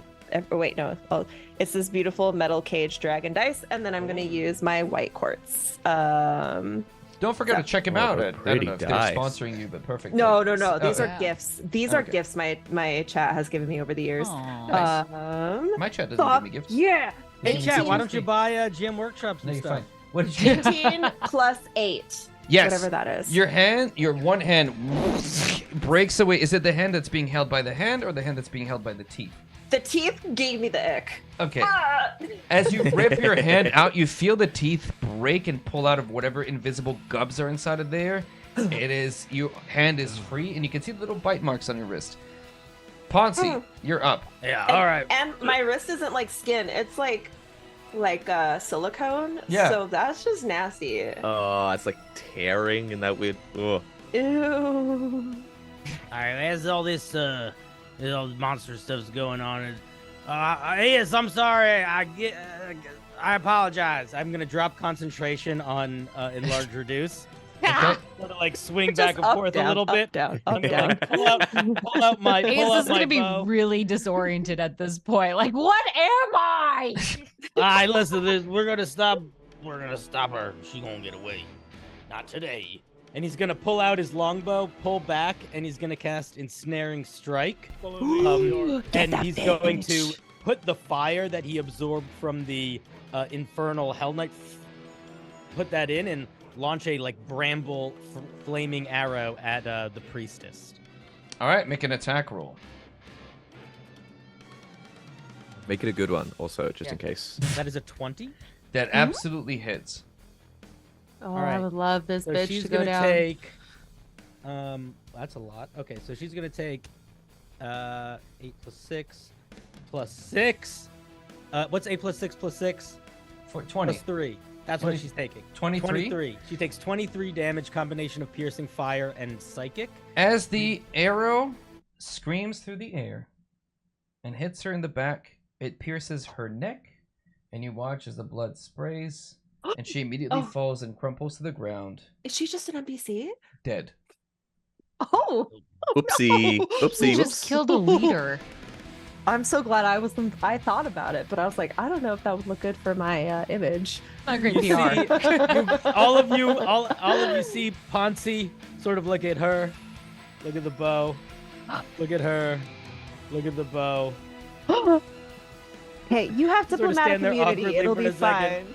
It'll be fine. You watch as the second she dies and she hits the ground, her body begins to smolder, and you see as she literally from the fire and whatever the hell has been, all the religious symbols that are on her begin to melt and fold in, and where she was a moment ago, what appears to be a vacuous hole into nothingness is left behind.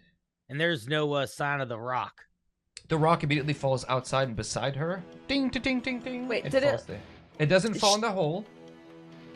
But Did from she where... die, or Oh, did she is. it? She is Did absolutely it look like an dead. Something illusion? No, like, Or maybe she It died seemed and like then, she was- then she she was a paying off a fiend. It debt. was- Yeah, she was paying off a Okay. debt. Or something. Okay. All- but boy! there This is is not considered normal for people dying. This is from it. absolutely abnormal what's happened and what's left behind. Even from where you are, you can hear the sound of something screaming from beyond whatever that hole into whatever other place this is. There is something else on the other side of it, and I'll leave it at that. Poncerus, what do you want to do? All right, Well, well, I'm getting in that Tim, hole. question right? for you, Dungeon Master. Could Yeah. could I keep my This is my, Twitch. Entangle, my ensnare and strike for my second attack? Then? Yes, you can. Yeah. All right, sweet. With my movement, I'm gonna fly as close to that crazy little pit and the rock as I can get. If I can get to it, I'm picking up the rock. If I can't get to it, I'm You're getting like as close you're to it as I can. very far away still. Yeah. Well, I'm gonna fly in that direction. Okay. And then you as did? I'm flying, I'm gonna do a really cool spin move, but it probably just looks like I'm spinning a lot more than I think I need to. And, all right, you're Crane. winning. With the fall of the priestess, you look around. The lady of the hunt has disappeared. She's a great fighter. Where the hell is she? The military guys left. The Steel Syndicate. You can see the guy of the Steel Syndicate fiddling with something on the chair, and you watch as he's pulling something off the body of a machinist. A singular little dart that he holds in his hand, and around him, the pulse of anti-magic. You can smell it. The difference between where the weave is and the absence of life and where it isn't, and the machinist is simply in that sphere, as is Audris or Odris. And you know for a fact that Odise has a mechanical heart. He was close enough for this thing to sort of stop it, which has made him fall to the ground. And this guy has it in his hand. Past that, the stench of similar magic on the far end wherever the priestess has fallen. What would you like to do? Well, I had another attack. Also. Oh, I'm sorry. I'm sorry, Ponzi. I thought you said you were done. I'm sorry. Nope, that's all right. I'm gonna take my second attack at the big guy. Hell yeah, go for it. I That's a 20. apologize. That's a 24 to hit. Yeah, absolutely. All right, he's going to take 17 damage, and he's got to make a strength saving throw. What's the DC? 15. Oof, 9 plus. Where is he? Where is she? Sorry. Plus That's the name of 7, this episode. 16. Dang. All right, vines creep up, but he is free. Okay. Sorry about that. No, I'm sorry. Crane, it's your turn. So there is an anti-magic field around everyone. I literally can't do anything for him. I am magic. Like, I can't even drag him out, right? Correct. If I conjured something that was made with magic, but it is a non-magical item, would You saw what happened to your familiar. Yes, I did see that. Okay. Then I am going to. Would I know? Could I dispel an anti-magic effect? You can try. I don't know how that works. But Crane probably would, right? If your anti-magic is wider than the area of the anti-magic, I couldn't act like target on the thing that is causing it, right? no, you'd have to be like it's got a catch around it. Okay. It's not a huge field. It's a 10-foot sort of bubble, and you watch as like the steel guy has it in his hands. Okay. Okay. All right. The big guy. Yeah. He is a golem stitched together with just like physicalness, or is there some kind of magical force keeping him together with using my magical intuition? You're magical, so you can smell magic. This guy's definitely held together by magic. Cool. And he's I'm gonna holding- cast Dispel Magic on him. And he is holding the eye still. That like it was the other guy, and he just personally. Yeah, make a dispel magic Yeah. check. I The don't DC know before how you this roll. Okay. Yeah. So the way that I do it for creatures is their challenge rating. You need to roll really high. Let's just say that. Okay. I'm not necessarily. I don't think like my intention isn't to just completely undo him. But Yeah, just that's kind fine. of like cause some bits to fall off. You know.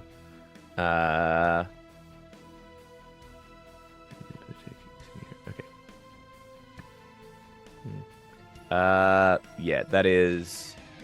Is it my So my intelligence plus my proficiency, or yeah, is yeah. it So just it's like intelligence? I'll let you do like the full spellcasting modifier. Okay, 19.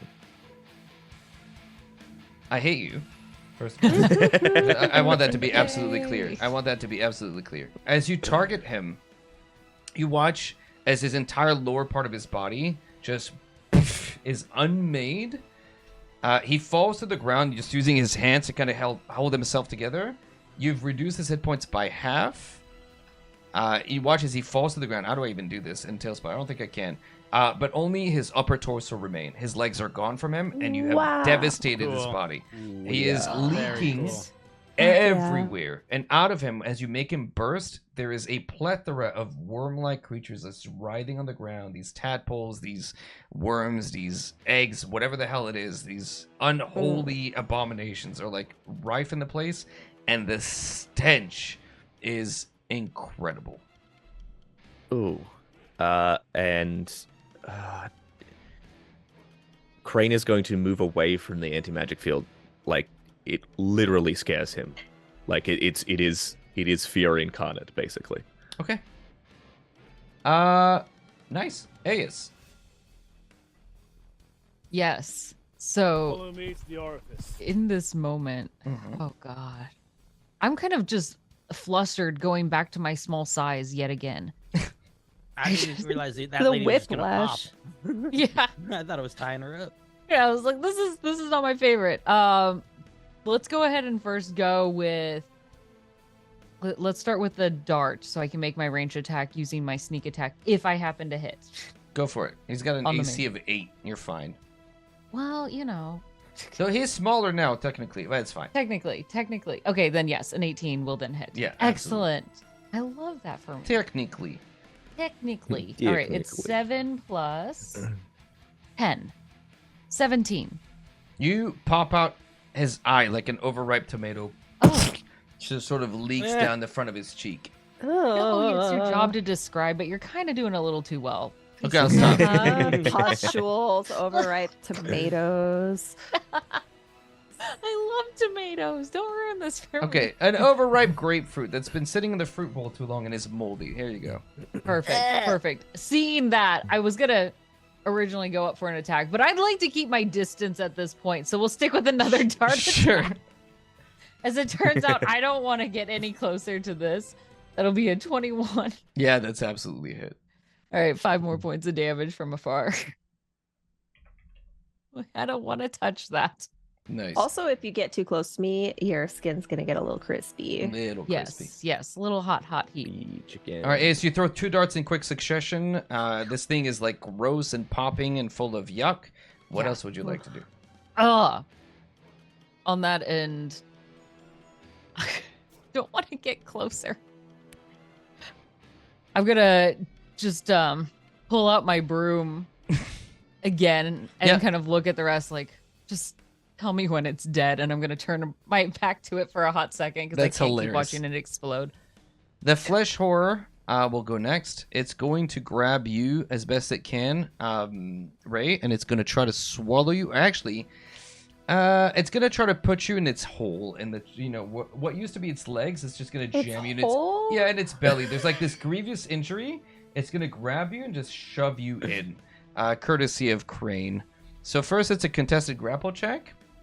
So you can use your Okay. athletics or your acrobatics. Okay. I rolled a... Ooh, that's pretty good. Not great, but pretty good nevertheless. No, what? I rolled a dirty 20. 8, 7, 8, 9, 10, 11, 12. I got a 13. Okay. I rolled 2, but I have advantage, and I've rolled 5 twice. Yikes. Somebody buy Scarlet some new dice. As it grabs you, it shoves you inside of her. Inside of it, sorry. You're inside of its chest cavity, and immediately it will... all manners of things within it begin to crush and push on you. You suffer... So you're restrained, and you suffer, but it's not a ton of damage, mind you. 3d6, so 11 points of force damage. As it just exerts pressure. You can feel your body as hands, teeth, things are just pushing and shoving. And then it's going to, with its arms, leaving a trail of guts and glory behind it, it's going to drag itself towards where Seraphina fell. Cool. With you inside of it. Okay, Ray. Did I attack it while I'm inside of it? Actually, wait, sorry. Ooh. On Seraphina's, what was Seraphina's old turn, you see is from within that hole, something is beginning to reach out. A long, overly long, thin series of fingers are probing around the hole as if looking for something. And as it is out here prodding, you can see smoke as if pushing out of the realm where it inhabits hurts it. It is looking for something. And with an 8, it fails to find the key.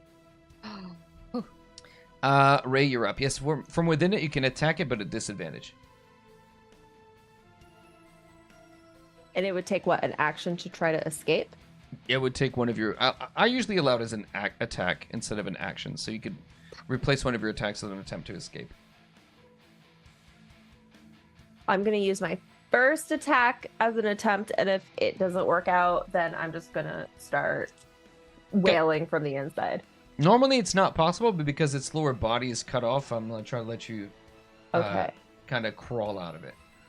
So is it a... DC what is it? 16. DC 16 athletics. Yes. Okay. What the actual goddamn fuck?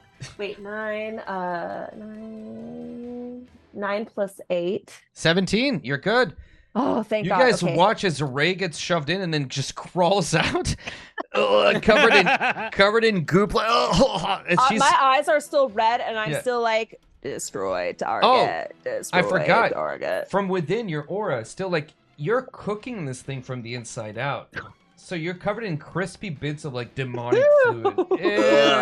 Ew, gross. Okay, I'm gonna make my reckless attack. It's the world's worst raclette, dude. Nobody wants that fun, dude. This is disgusting. Oh, and that's absolutely wonderful.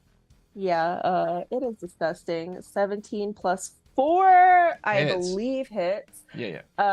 Okay, that's more like it. That means we are gonna do an entire 26 plus 29 points of damage for my Punching through, attack? you literally punch or slice through. It's like a pointy hand. Yeah, you as you do so, like a chunk of it just kind of falls and it's just disassociating on the floor. It's just dissolving rather. It's disgusting. There's very She little doesn't left react to the disgust because she is in destroy mode. I have one final attack. of it. Yes, you do. 16. Hits. Okay. That is going to be 20 damage. How would you like to finish Yes. the flesh horror? She is just repeating the same, like, in like an interval: stay back, citizens, destroy, neutralize target, stay back, citizens, neutralize target, as she just makes these very calculated slices, and her normal, almost ballerina type walk is now more like squatted down and insectoid, as she's just like Nice.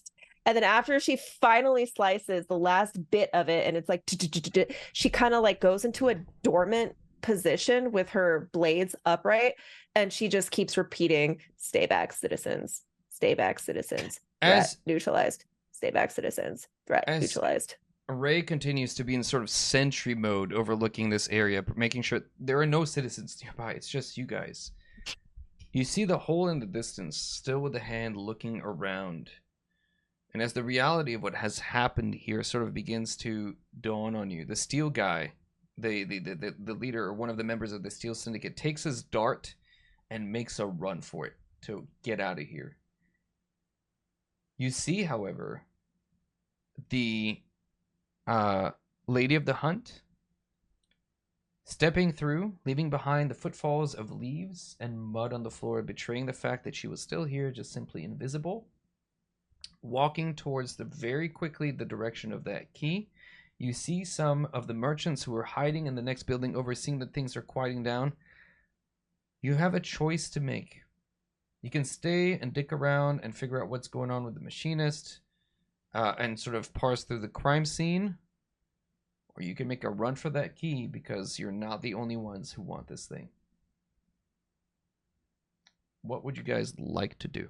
You'll see Aes immediately kind of lift up her broom, nodding towards the others to look towards the key, kind of prepared to be a bit of a barricade should anyone try to also make a dash. She'd rather focus on the people going towards the key than to make the move for the key itself. Okay. Ray will slice and dice whatever the party points her at. How far away is the mistress of the hunt compared to the rest of us? Oh, she immediately began moving away towards the vault entrance. And when this happened, she's probably like 30 feet away. The only closer or close-ish person is Ray. Oh, Otherwise, Ponzi, you're in the air. You can see. You could. So when you say the key, do you mean the star? The star that's Yes. next to that hole with the hand still reaching out for it? Yes, the hand is trying to get to it, You see, Could- Odris is still, as the cadre guy leaves with the dart. You watch as Odris begins to flicker his eyes, but the machinist remains inert.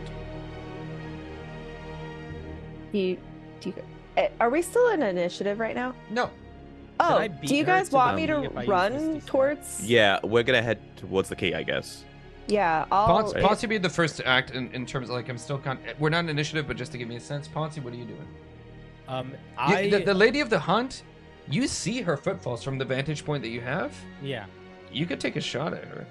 I'm not taking a shot at her. Okay. I am. She'll kill me so fast. I am trying to beat her to the key, using Misty Step, if that helps. Just sort of like rocketing towards it, poof, poof, seeing if I can grab it before she gets to it. Misty Step for you is what it is for dryads in the Feywild. Stepping through a tree and kind of making your way. In that moment of Misty Step, as you go through, you traverse through the Feywild. Time moves differently in the Feywild. You're still kind of walking, you know what I mean? But to everybody else, it looks like, oh my god, he just disappeared and reappeared. It still takes you the same amount of time. It's just goofy for the Primateer plane. And as you step into the Fey of the Realm to get there, you see her. This idiot Archfey, looking like a bad Scooby-Doo villain with like her cloak up, walking through the same forest that you're in, making for the same direction. And you pass her, and you arrive there just about at the same time as she does. She looks at you, Ponce. Leave it be. It is not for you, Pixie. It has never been meant for you. I'm gonna look at her, and I'm gonna say, "Ma'am, this ain't your realm," and I'm gonna try to grab it. All right, roll initiative for me. Oh no! That's not that good. 16. Oh, I was on a 19, and then the die slipped. If anybody, it's not on stream anymore. Oh my god, dude! It's a 6 plus 6 is a 12. The fates are on the side of the pixie. Unbelievable! As she goes to reach it incredibly fast, you watch her hands gets partially stuck in melted candy from your stupid pocket, passing through. There's like momentarily heat or whatever. Her hands get stuck, and Syrup looks at you. That's disgusting, you sugar addict! And you grab the key before she does. You see, as soon as he grabs it, Crane, all the script kind of like flows off him, and he is left just pure white paper. As that script kind of flows from his hand, you see it disappear through the air, twisting as it does, and you see the words starting to form the name Poncerus as it does, like a 20-foot cube around Ponce just is filled with replicas of him all holding keys. She is bewildered at this and begins trying to grab for it.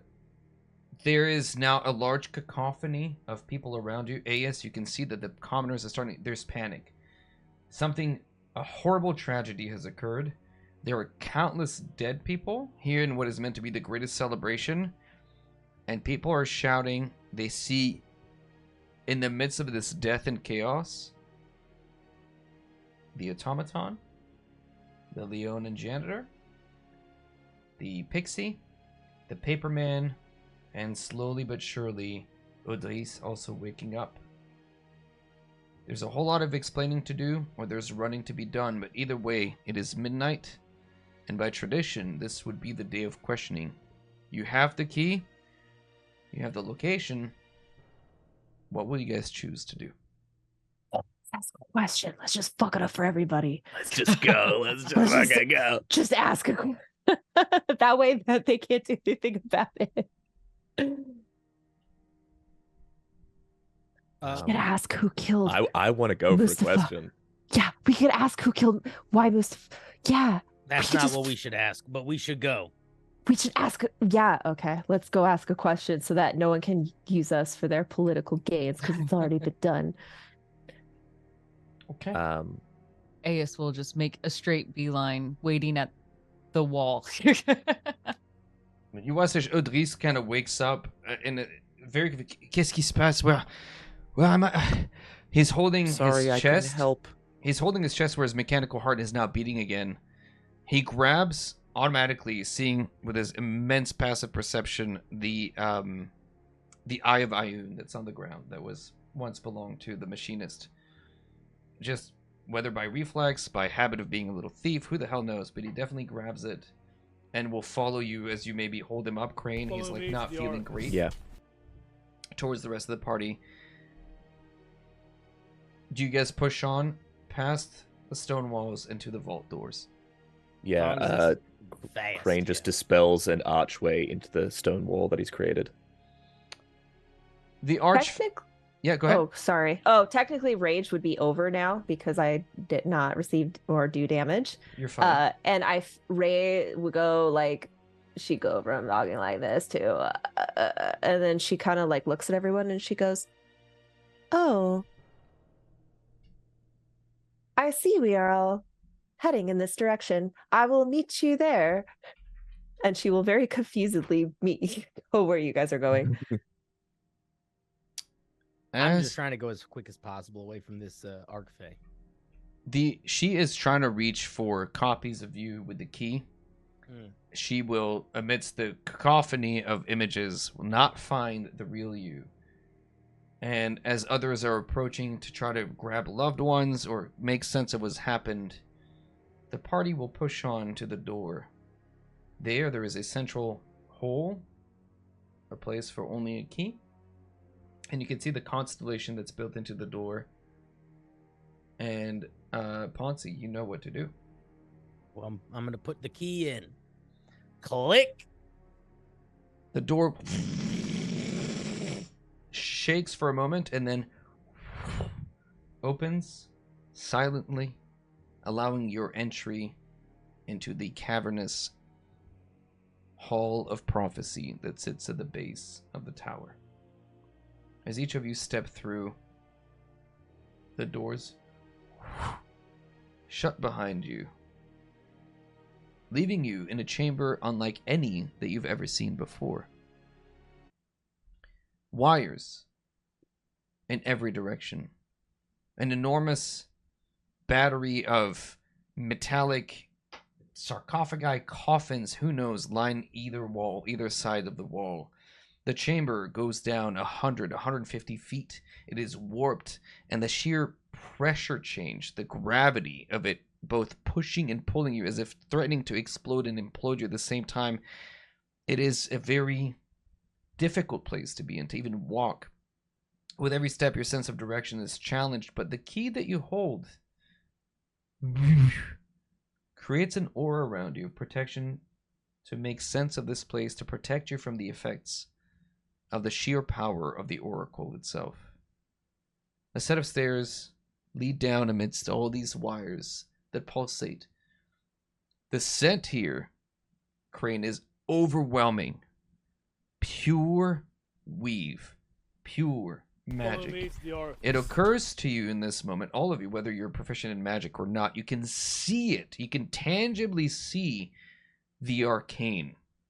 And every bit of this city, every bit of wonders and magic and power leads back to these wires, these ley lines that are connected and siphoning the sphere that sits at the bottom of this well. The oracle, this spherical golden device whose arcane energies suffuse every wonder, every miracle. And as it sits there, an old-fashioned keyboard, I guess we'll use as an example, that kind of sits in front of it. And as you arrive in front of it, you can see that it's covered in dust and sort of antiquated. And a large screen or a projection appears on the far wall, projected from the center of this sphere, that you realize must be an eye of some kind. And a simple word appears on the wall. Query. Does Ray have any instincts, or is she just as bewildered as everyone else? you know from your time as an automaton, your time being spent, that every automaton that exists in the city, yourself included, is modeled after this. Every insight, every possibility, every bank of questions that you once had before you awakened were drawn from this. Query is what every automaton in this city will ask when people want directions, if they want aid, if they want assistance. Every non-sentient machine that works or lives here begins every conversation with query. This is the ultimate machine that has every answer, and it is allowing you to ask it whatever you want. Wait, don't ask it yet. We got to figure out what we're asking. This is it. This is the question. A lot of people. I have a short list, and Crane just unrolls this huge, like, out from his hand. This huge. I asked around. It seems everyone wants something to help them to aid or go forward with their own ideas. But I mean, Ray, what do you want? What do I want? I want my companions to achieve their dreams and their goals. That's really She seems a nice. little confused by the question. Well, since I came to be not a book, but still a book, kind of, I get to want things. And that's different from being a book. And it's not bad, but it's nice to know that I can want things. And Ray, that you can want things. And I feel like when we're things, everyone asks things from us. But now we can want things. Maybe the Oracle does too. Should we ask the Oracle what it wants? That's my vote. Crane, I will say that you also remember the question that Muzaffar wanted to ask. I was gonna say I didn't know if we cared about what your old master. At the wanted to top of ask. that list is Musafa's question, which is, why is magic decaying? Wait, do I know that magic is decaying? Oh, we talked about that last week, didn't we? Whether or not, Yeah. I don't know if Ray knows. I mean, I think Oh. Scarlet knows, but I don't know if Ray knows. I don't remember. I think Ray would actually be horrified if she found that out, because she might assume that it's magic that's holding her together, and the decay of magic might mean her own death, and she was just born and she's not ready to die.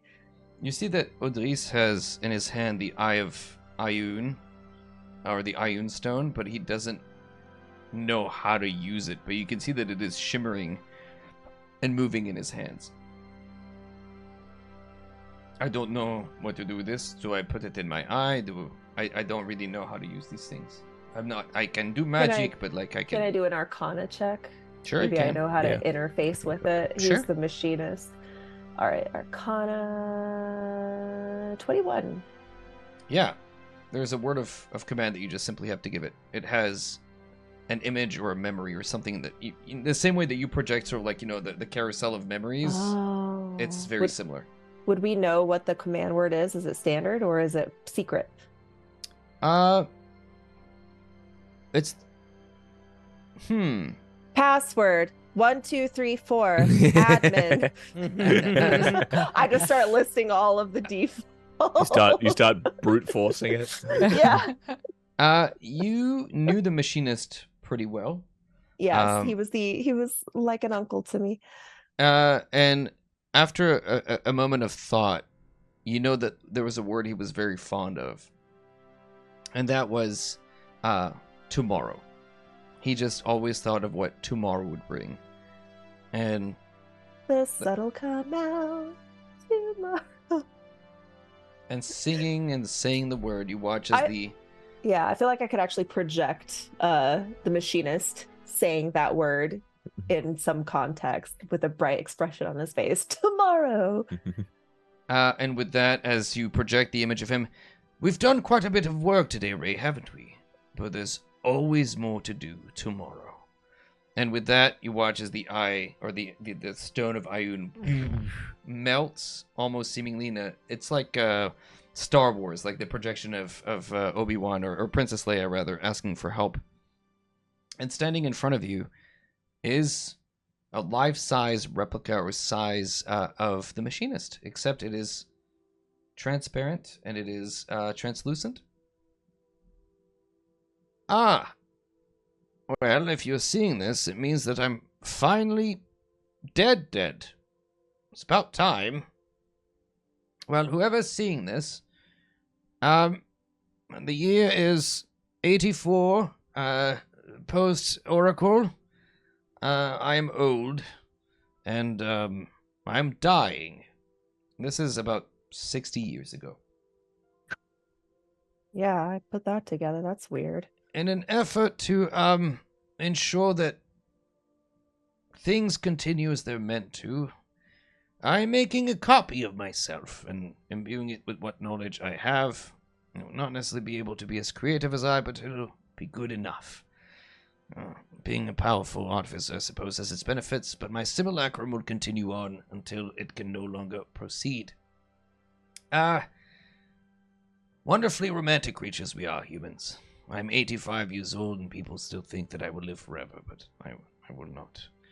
There will come a day, soon, where I will simply perish. I have asked the Oracle what the future holds for our city. I couldn't help myself. I've asked it for a number of years. And in every possible future, the city tears itself apart. The future is clear. Elmara itself, as I know it today, is doomed. But at the end of it, before it is all unmade, there is a slight, group. I don't quite make sense of it yet, but I'm leaving clear instructions to send a missive to a pixie? This doesn't make any sense. To retrieve a group of individuals specifically named so that they can arrive here at some point and try to salvage whatever there is left to salvage. Elmara will not be it, but the balance of the world still holds. Well, I've had a good life, and I really liked rice pudding, if that's something that anybody cares about. It's true. He did. She's interrupting. And fix it. Whatever it is. The idea was never the city, but the people of it. Can any amount of people you can save, the technology, the wonders, all of that is nothing against the wonder of life and creation, and creating and tomorrow. Just let there be one more tomorrow. All right, I'm quite tired and I need my rest. How do I turn this off? Kevin, this thing won't work. I don't know how to turn it. What do you mean, what button? I invented the damn thing. I don't. He and then looks You so swipe, young. you swipe down 3 fingers. Swipe down. and you watch as the memory fades, leaving a dull stone in your hands.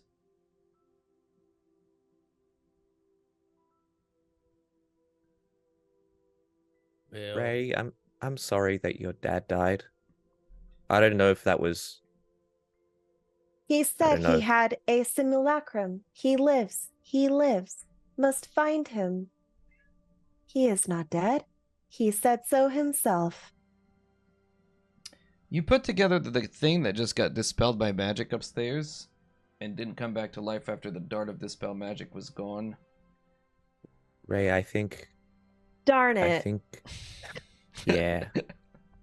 Follow me to the orifice. I see.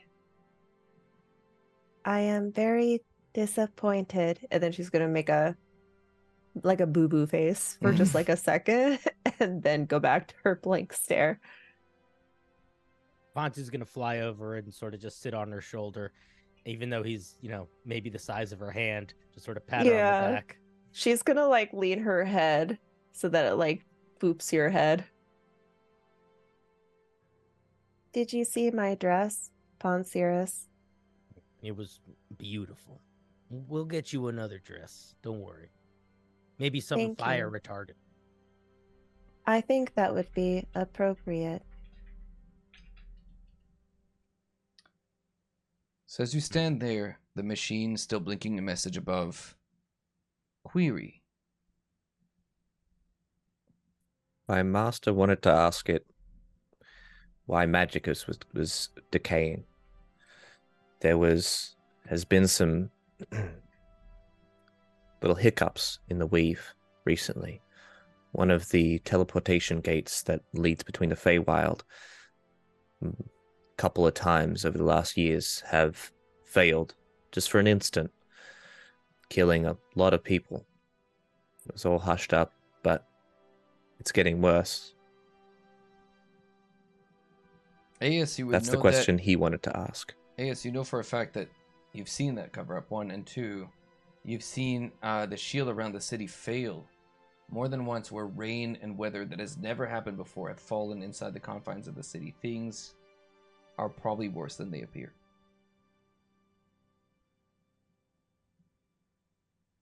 We could ask it why, or we could ask it what it wants. Maybe if it's helped us all this time, it'll know what's best for us. How could it know what's best for us? It knows everything. Apparently not how to save the city. Shall we ask it how to save the city? I think the machinist has a lot. Over and over, multiple times, and no answer.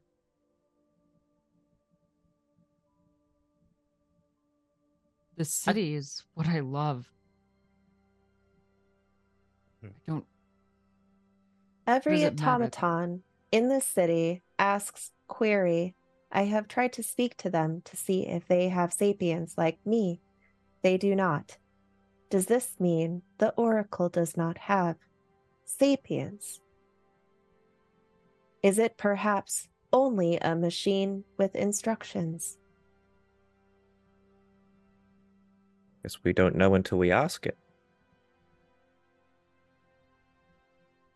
Yes, I know this city's important to you, but it's everything. I know. Listen. You can hear from the outside, the doors are shaking. People are starting to bang at the vault doors outside.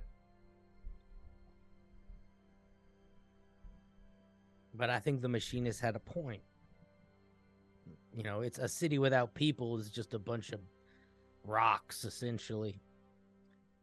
And then he's gonna look to Crane. Oh, sorry, you first. No, it's more than just rocks. It's a structure. It's a memory. It's a foundation in which roots can be built. Why have people if they can't be given structure, if they can't be given safety and protection? They're just lost. This city needs people, but these people need a city. There are people who live without cities. And it's not where everyone wants to be. You see how many continue to pour into these gates? Not just every year or every month, every day. Yes, in that moment of frustration, the mental whiplash that you feel as the words of Poncerus and Ray mimic that of your parents so long ago, that not everybody wants to be in a city. They're happy to be in the countryside. They don't want to come there. It's not for them. It's not for everybody. It's okay to not want to go to the city. And the fact that you never reconciled with them. The city needs people. It has been a beacon of hope, of safety, of food, of education, of life to so many who can find belonging and purpose. And we just trust this thing that all that we've put into this will just fall aside? We should just not worry about trying to save it because this thing says we can't be saving it. Was the city not bounded because of the oracle? This thing has given the city all it has. I think that counts for something. Ray, this thing has answered a question once a year. Now, that question may have been really important, but the city does with that what it will. You know, information, what was it? You said information is just a thing. You know, it's how you wield it. And I agree. I don't think what this machine says needs to dictate anything. I'm inclined to listen to our dear detective over here. Thanks, partner. I think we should ask it what it wants. See what happens. Because I don't think it's going to have an answer for how we fix any of this stuff. I don't think it's going to have an answer for how we get out of everyone thinking we just, like, killed the machinist. Because that's happening out there, too. What if we asked who killed the machinist? One life. I think we can figure that Possibly out on our own. same life that took Musafar's life. Maybe. I don't think that gets the city out of the jam. You hear the doors and- beginning to grind as somebody's Ask jamming. question. Ask jamming question. the crowbar inside. Like, people are killing, dying, and shoving to get in here to get answers one way or another. We could ask what it wants and how we ask what it wants and how we make that happen. Ask.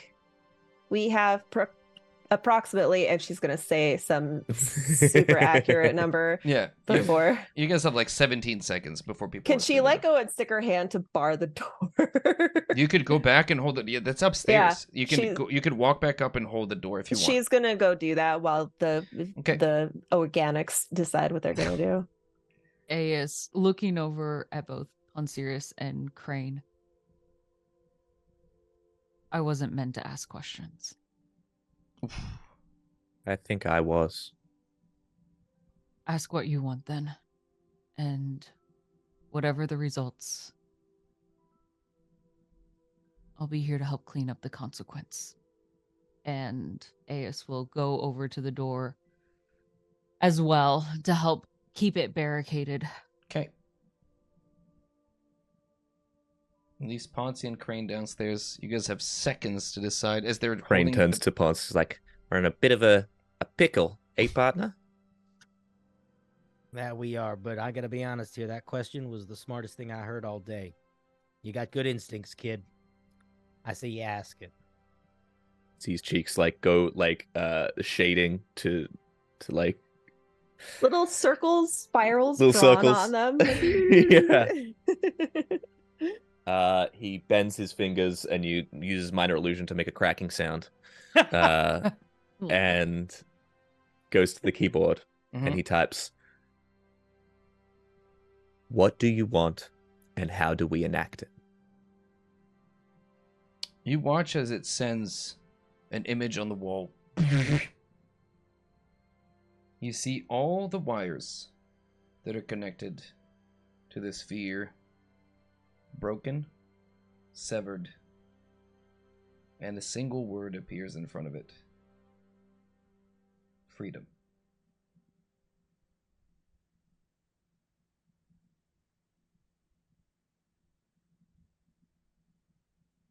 Hulk smash? The question is, I mean, what is Hulk smash? Maybe. Okay. It's this eye that is part of its central kind of. Is it how big is that central eye that you talked about?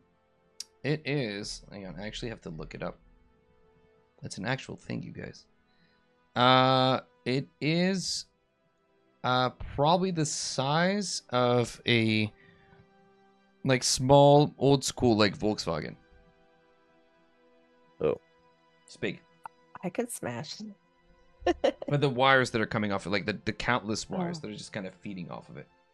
The image that you have of the wall is all of them like severed or disconnected from it. Crane is going to pull out his pipe. He's going to use malleable illusions on it and create essentially a very simple, long. It looks like a folded up piece of paper, just with one simple crease on it. But it's a blade of metal, and he is going to start to walk around, dragging it behind him, slicing through the wires. And as in that moment, Crane seals the fate of the city to its doom, we will stop here for tonight, and we will pick up next week with the consequences of the action of freeing the Oracle from its shackles. Well done. People are not going to be happy. Oh my with us. goodness. They Amazing. were already mad at us. Very Whatever. good. We Very can start good. a bandit group. We'll be in outlaws. We can Yeah. Yeah. be Pawn and the Cyruses. So while we were playing, I got a text from Air Canada telling me that my flight tomorrow may be canceled Oh no. because we have horrible weather and like there's a tornado watch possibly. Oh, So they're like, "Hey, no. you can rebook your flight for 7 days from now." Like What? that doesn't help me, Air Canada. I'll say thank you. So I need to figure out what the hell I'm gonna do. This is If good news. that flight's canceled, does that mean all flights are canceled? I don't know. Yeah. I have no idea. But we'll figure it out. We'll see. People are expecting. It doesn't matter. I'll figure it out. I'm just annoyed. But before we let's not end it on that negative note. Let's just focus on you ending the world. That's good.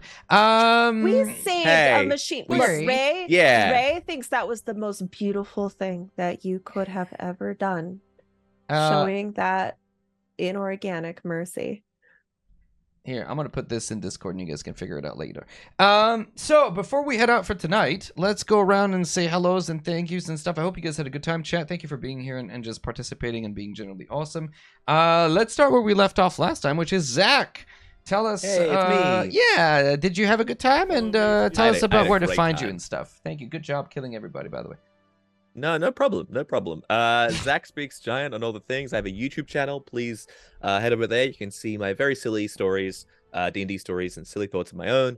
On Twitch, I have 2 campaigns running, D&D campaigns. One is where instead of the adventurers being heroes, they are members of the post offices. Ooh. And the other, which I pretty flagrantly ripped off of the Mummy. Hell yeah.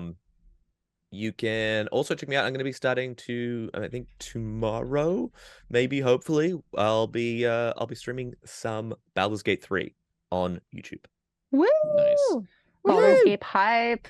Hype. I don't remember how we did it. Ray, tell us about it, and then we'll just finish going around. Hi, I'm Scarlet64 on everything except on YouTube. I'm the Scarlet DM. I do a lot of D&D and Pathfinder content. The most significant thing will be on Sunday. I have been running an Out of the Abyss campaign as the DM for almost 2 years now. Nice. We're coming up on 2 years for that single campaign.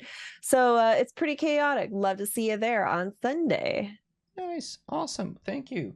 Cinder. Hello, I'm Cinderblock Sally, YouTube aficionado, Eldritch being. I stream homebrew reviews and D&D shenanigans. I make a lot of dumb shorts, occasionally a mediocre long. And I am going to be doing some homebrew review tomorrow, and depending on timing, I have to look. I don't know how time works. I may be also playing some Baldur's Gate with our dear Zach Speaks Giant. We may do some playing together. So we have to we'll talk after this and figure out timing. But yeah, I might be doing that too. So we'll see you there. Nice. YouTube, Yeah. Twitch, who knows? Yay. Probably YouTube for me. I don't know. And last but certainly not least, Caustic Phoenix, which don't call Phoenix, Hello. Caustic. I yes. learned.